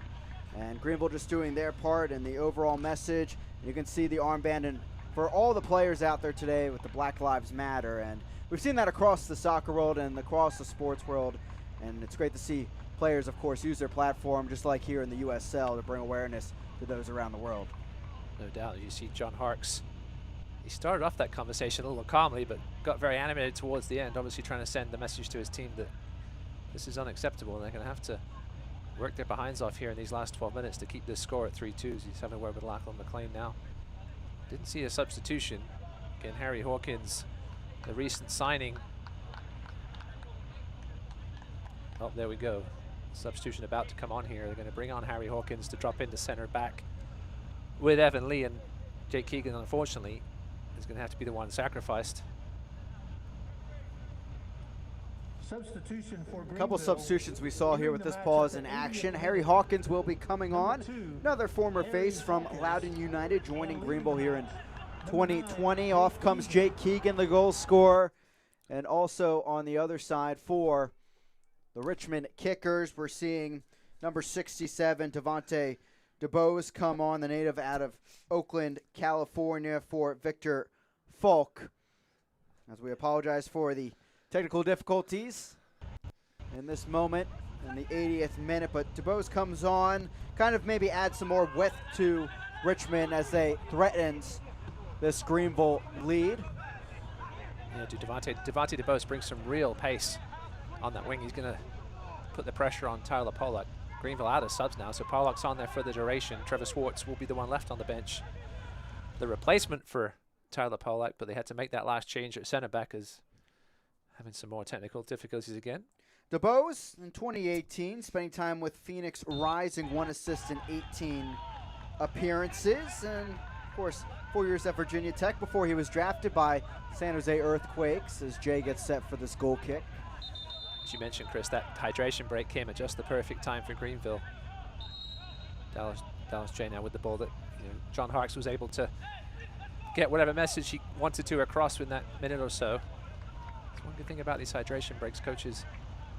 It's a lot easier chatting to people 3 feet from you than having to scream across the pitch. Right now in League One, give you a feel for what you might be able to tune into after this one's over on ESPN+. Tremendous 1-0 lead over Chattanooga in the 39th. McLean gives it off. Here's Donnelly, left side, knocks it over. Broomall with the scoop up. And Fort Lauderdale, Ross mentioned it before, still a 1-0 lead in the 80th despite being down 2 men to FC Tucson. One of the amazing stories this weekend. Not only the own goals here, but that surely will as well. So you can't say these games have not been entertaining. Even we haven't seen too many goal-scoring chances, but own goals, red cards,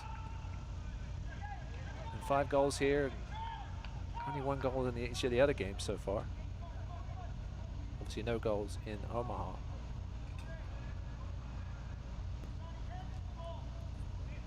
Well, that's the thing a lot of people expected with Omaha, a lot of goals. We saw Emma Allenfor go over there, Xavier Gomez, along with many other faces. But, of course, it's the first match for many of these teams, most of these teams, other than Fort Lauderdale and Greenville. And also Omaha had to make that long journey over to New England as well.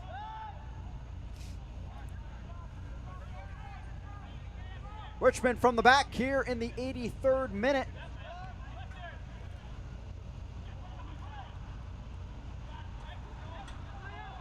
Over the top, Lee gets it out of there. Yeah, the long ball's been effective for both teams today. Seen at least 1 goal each coming from long balls.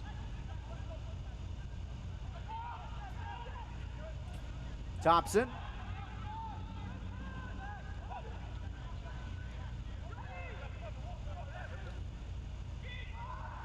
Chip in, and Jay comes off his line to scoop it up. And Greenville burning some time here. Yeah, Richmond do still have that same back 4 on the pitch. Unfortunately, 2 own goals from the fullbacks. We'll have to see if Greenville can try and put some pressure, using some pace on those 4 that have been on the pitch here in hot conditions for 83 minutes.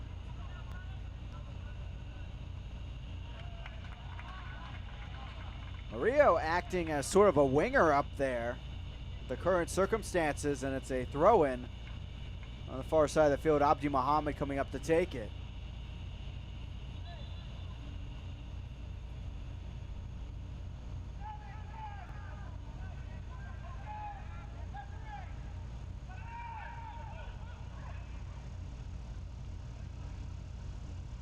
McLean. That's a throw-in once again, and this is really what the forwards need to do here with the Triumph. Burn some time off. The good thing you've got in McLean and Donnelly is 2 big guys that can hold the ball up, take it to the corner, shield it just like this, force corners. Lachlan McLean, one of the fans' preseason favorites, scored a goal in preseason and was very impressive. Fresh out of college, can score with both feet. We'll see if Muhammad goes short here to McLean. PNC corners for kids. PNC corner kick here for the Greenville Triumph. Take some more crucial seconds off the clock.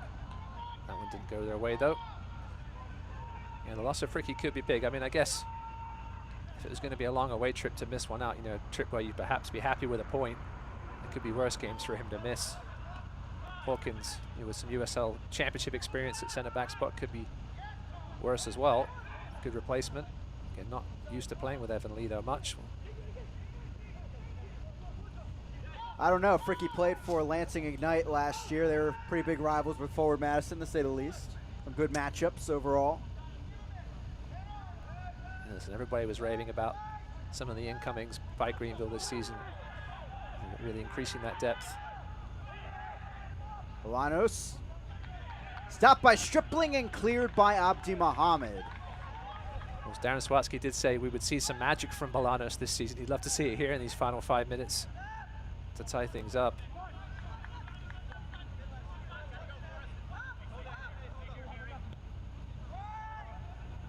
Over the top. And a foul is called against Richmond.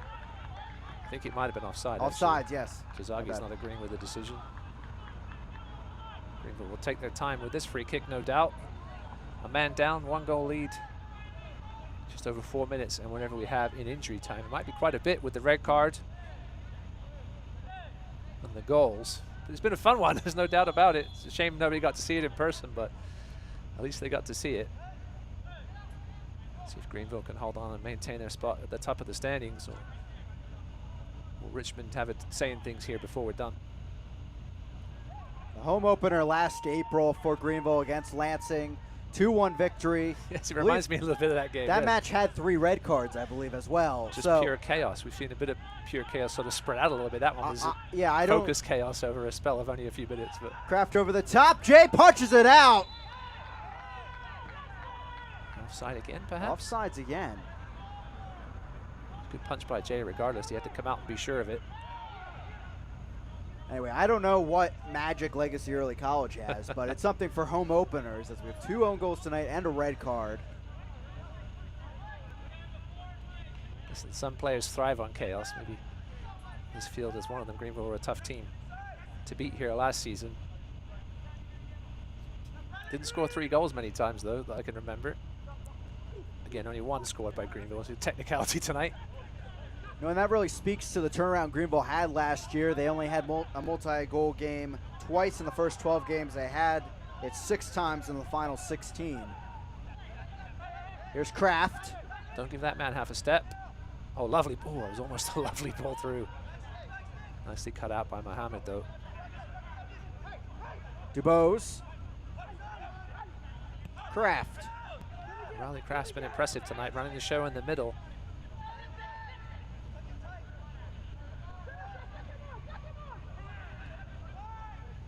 Lawson in, headed on and over the crossbar.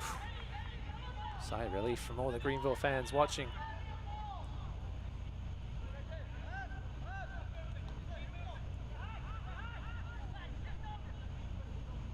It's a great ball in, similar to the first one. It was actually well defended by Evan Lee to put enough pressure on Terzaghi to knock it over. Dallas J taking his time here.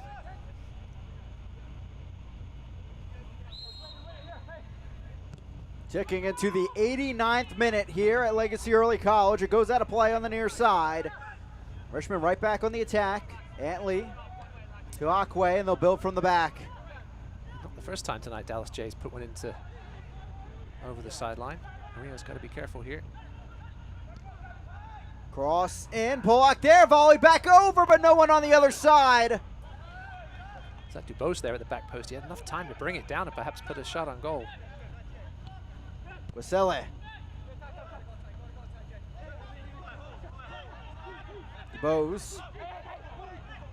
Back to the Seattle native. A ball in, headed back over by Lee. Stripling's got to be a little more assertive there.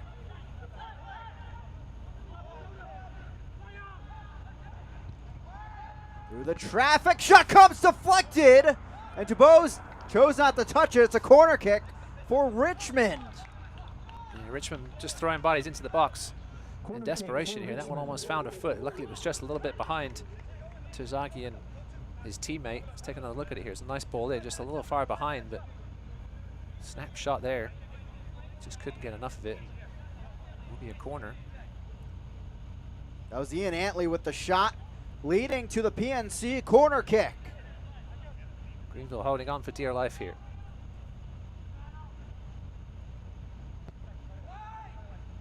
Whipped in. Yeah, it's going to be a foul. Perhaps Akwe? It looked like really a collision of teammates out there. Might have been Quisella. I think it was Akwe. Coming up from the back. The fourth official has indicated Akwe there, 6 minutes falling of to the ground. time for the second Plenty half. of time for the Richmond Kickers to stay in this one in our battle.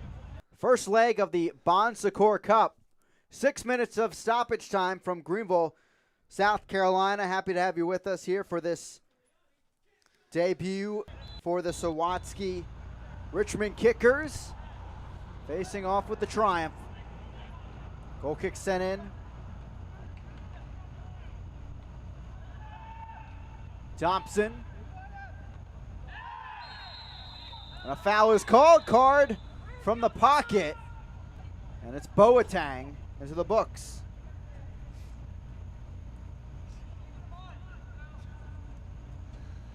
Meanwhile, I seem to have jinxed the Fort Lauderdale CF side as they are now down 2-1 to FC Tucson. Well, they held on for a long time with just those 9 men, but eventually Number 77, Charles the dam broke. Boateng in the 91st minute.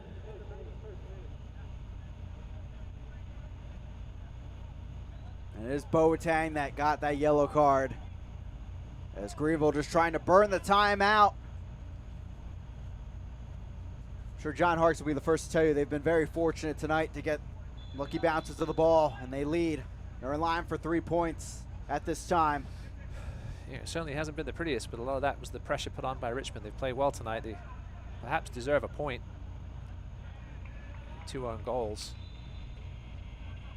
Well, the initial 20-game schedule that League One released before, unfortunately, Toronto FC2 had to pull out from the season.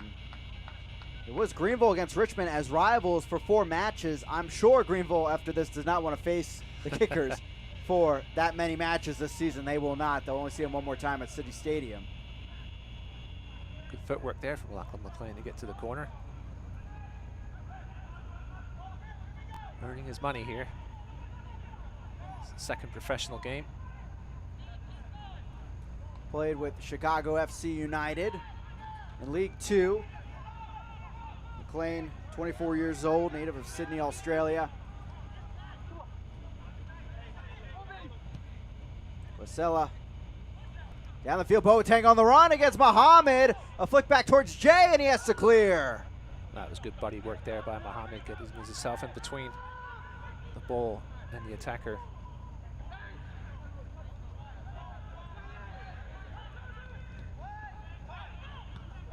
Stripling.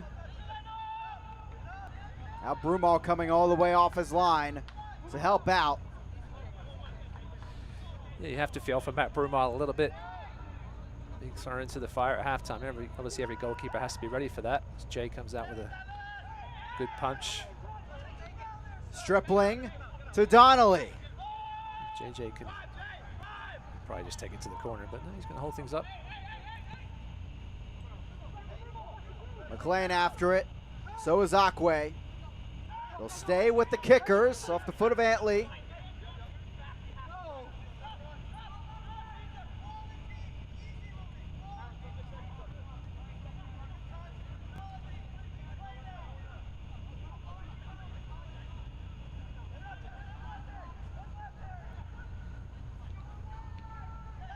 Cleared by Mohammed.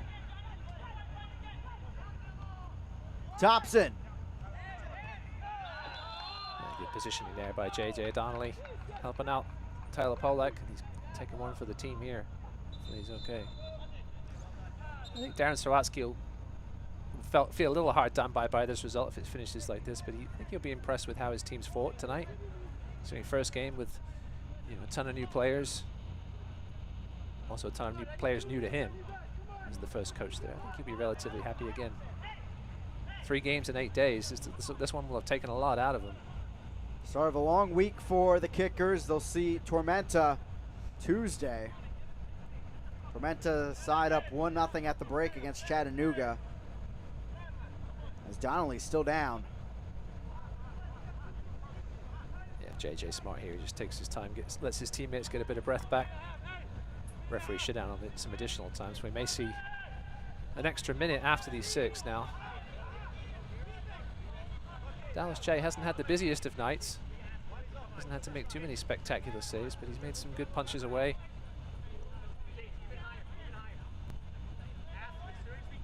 Won't be happy with the 2 goals against, though.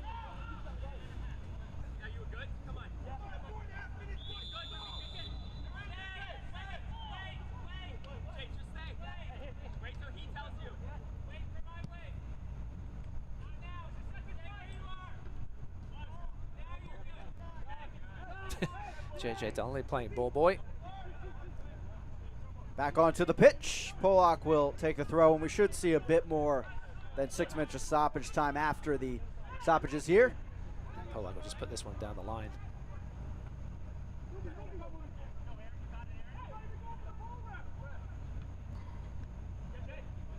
Donnelly. Ooh, nice. Still Donnelly. Walker's open, top of the box. Walker strikes it. Broomall the stop. Donnelly blocked in the end, and it will be a corner kick for Greenville. What a stop. I think it was by Akwe.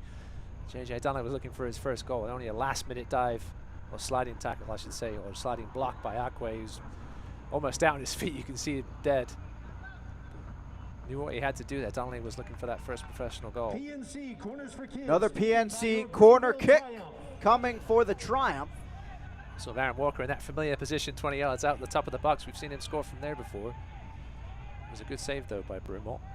Got down quickly. This one will just be a short one. They'll try to run out the seconds here, I would think. Another corner. So in a 16-game season, you'll take every win, no matter how ugly. Walker taking the PNC corner kick.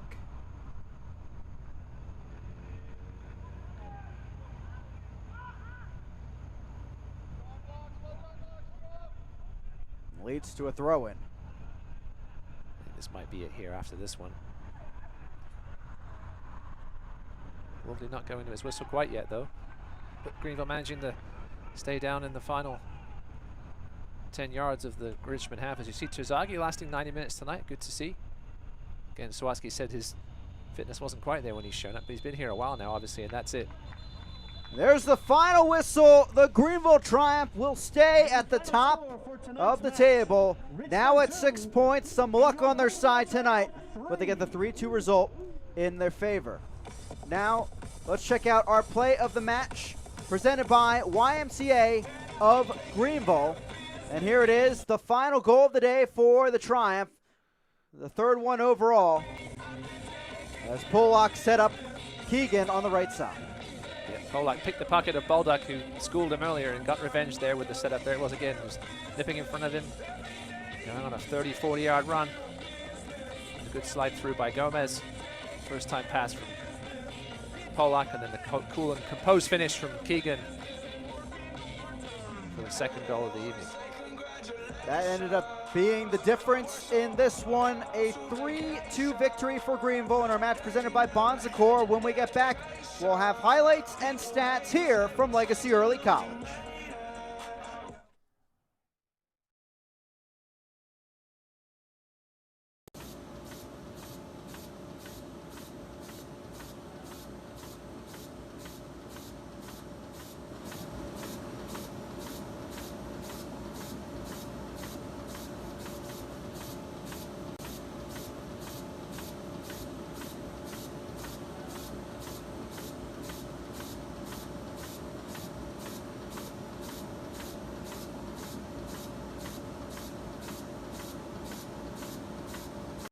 Greenville Heritage is proud to sponsor the Greenville Triumph Soccer Club and the Savor of the Match promotion for the 2020 season.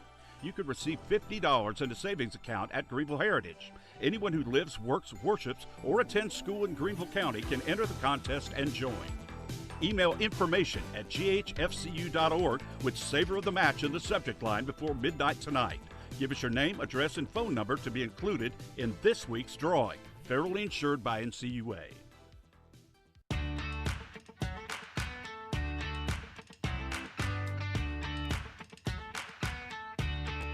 We offer a full array of dental treatment, and what that provides you as a patient is you're able to come to one place and get comprehensive care under one roof.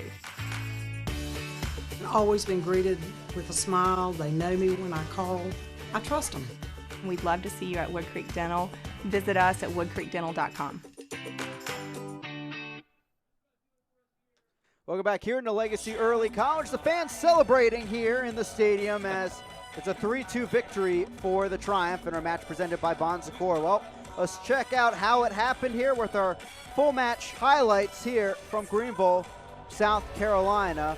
And our highlights presented by Wilson and Engelbart. Take us through them, Ross. Well, I think this match had everything. This was the first goal. Not the prettiest. And Jake Keegan as the slide as Thompson went to clear it, and it was enough to open the scoring. Just good hustle from Keegan, stayed with it. First attempt was a whiff. Thompson got sort of half a foot, then Akwe tried to clear it. He couldn't get much on it, if anything.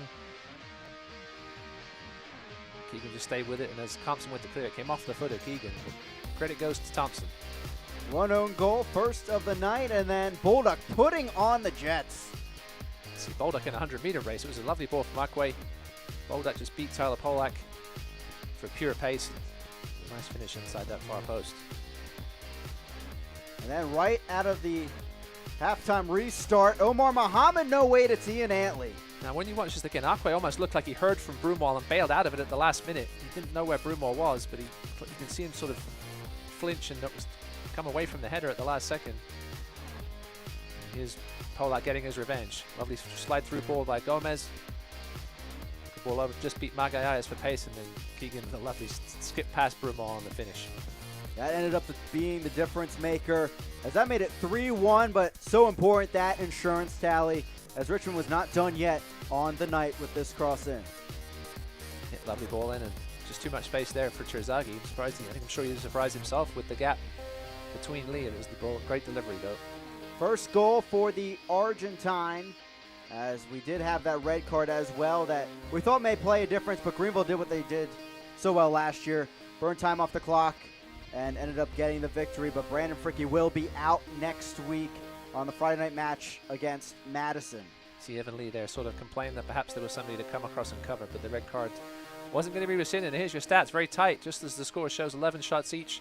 2 of those 3 Richmond shots on target going in. Possession got a lot tighter second half. Greenville let Richmond have the ball. 6 offsides for Richmond. Greenville's been quite good with that offside trap. What a start here to the USL League One season. Greenville got the win last week, but then the help of 2 own goals and a red card getting them a victory here tonight against the Richmond Kickers. They take it 3-2. Thank you for joining us for this presentation of USL League One Soccer, and tonight's match presented by Bon Secours. For our entire crew, alongside me, Ross Sevenport, I'm Chris Makoviak. Of course, more action coming for you on ESPN Plus tonight. Tormenta Chattanooga second half ready to begin.